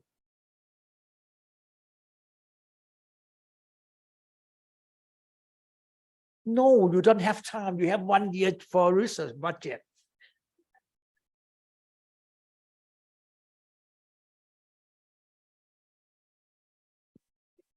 Try to find the cause of that bad result and write it into the discussion part. Maybe your instrument is not that good. Your previous one is much better. You have to specify, you just tell the truth. And then you get the discussion part. But normally, we will use previous work if our result is good.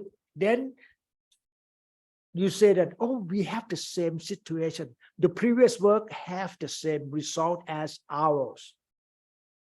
See, that is discussion.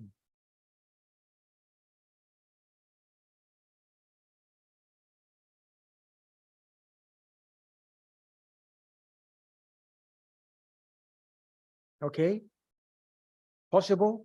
Next time, 2 months from now, come back with a good result or bad result with discussion.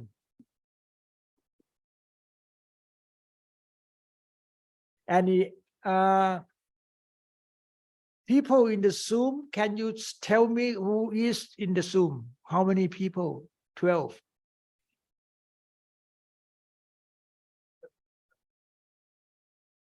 Apitida, are you there?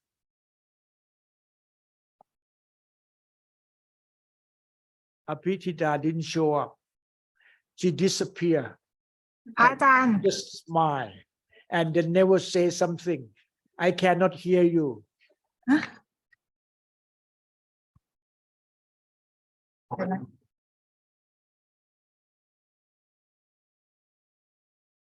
ค่ะอาจารย์ ได้ยินไหมคะ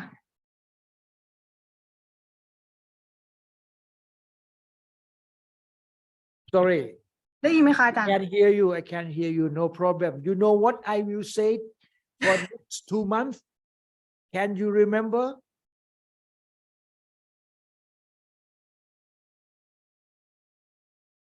I just said about 2 minutes ago that next time I know that you will get a good result with a good discussion from you.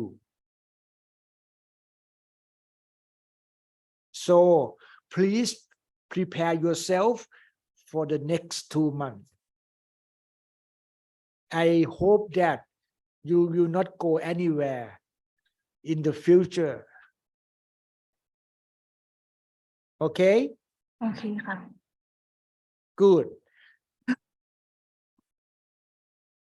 อันนี้อาจารย์ถามเอาพุทธเอาคำไหมคะ If you can help me, please.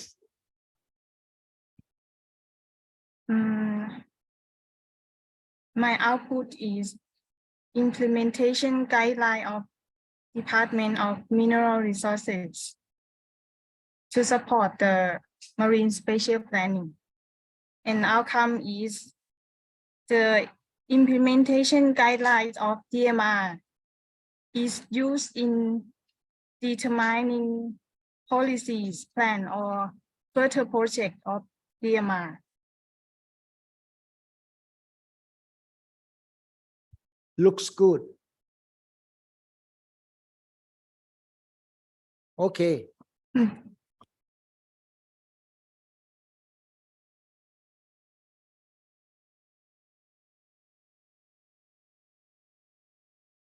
Anyone have some questions, comments, or want to say something? Excuse me, Professor Panya. I think my research will not finish within 2 months. So, what should I do in the next presentation if I don't have the result or discussion? I just got some information from Kun Pashala. Can you say something?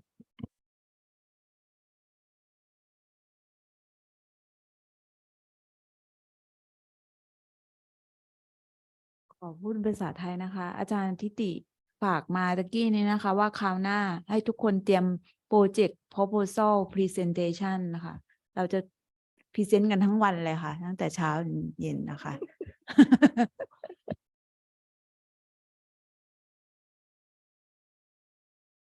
Is everyone happy? I hope you can stay that long for the whole day.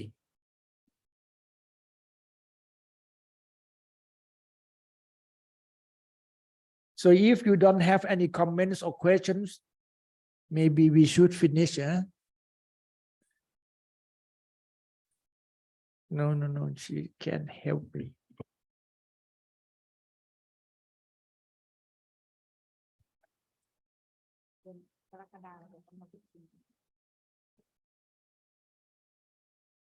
สำหรับวันนี้นะคะพวกเราก็ได้รับคำแนะนำนะคะเรื่องการเขียนท็อปิกนะคะสำหรับการทำรีเสิร์ชรวมทั้งคีย์เวิร์ดนะคะที่เราจะใช้นะคะในการเขียน IS หรือ Research นะคะครั้งหน้านะคะจะเป็นการนำเสนอนะคะ IS proposal นะคะของผู้เข้าร่วมฝึกอบรมทุกท่านนะคะในโอกาสนี้นะคะทางส่วนความร่วมมือระหว่างประเทศผู้จัดนะคะขอบพระคุณท่านอาจารย์ปัญญาจารุศิริเป็นอย่างสูงนะคะขอให้พวกเราช่วยกันตบมือนะคะเพื่อเป็นการขอบคุณอาจารย์ค่ะก็ครั้งหน้านะคะพบกันใหม่นะคะในเดือนกรกฎาคมนะคะน่าจะช่วงปลายเดือนนะคะกรกฎาคมขอให้ทุกคนลงตารางนัดไว้เลยนะคะขีดไว้ยาวๆนะคะเดี๋ยวมาพบกันในการฝึกอบรมภาษาอังกฤษครั้งที่3นะคะซึ่งจะเป็นครั้งสุดท้ายนะคะของการ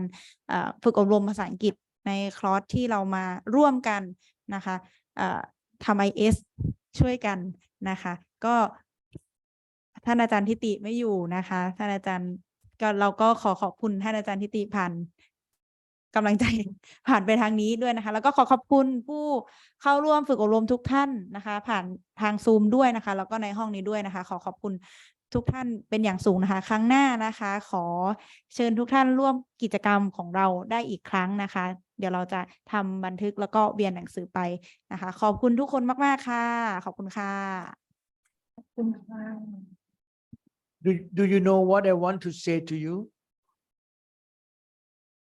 Just thinking. Next time, 2 months from now. So what I should say to you is keep practicing. Important. You have to think about something in English, dream something in English, and say something in English to us. Okay, thank you. Bye bye, everybody. บ๊ายบายครับ ขอบคุณค่ะ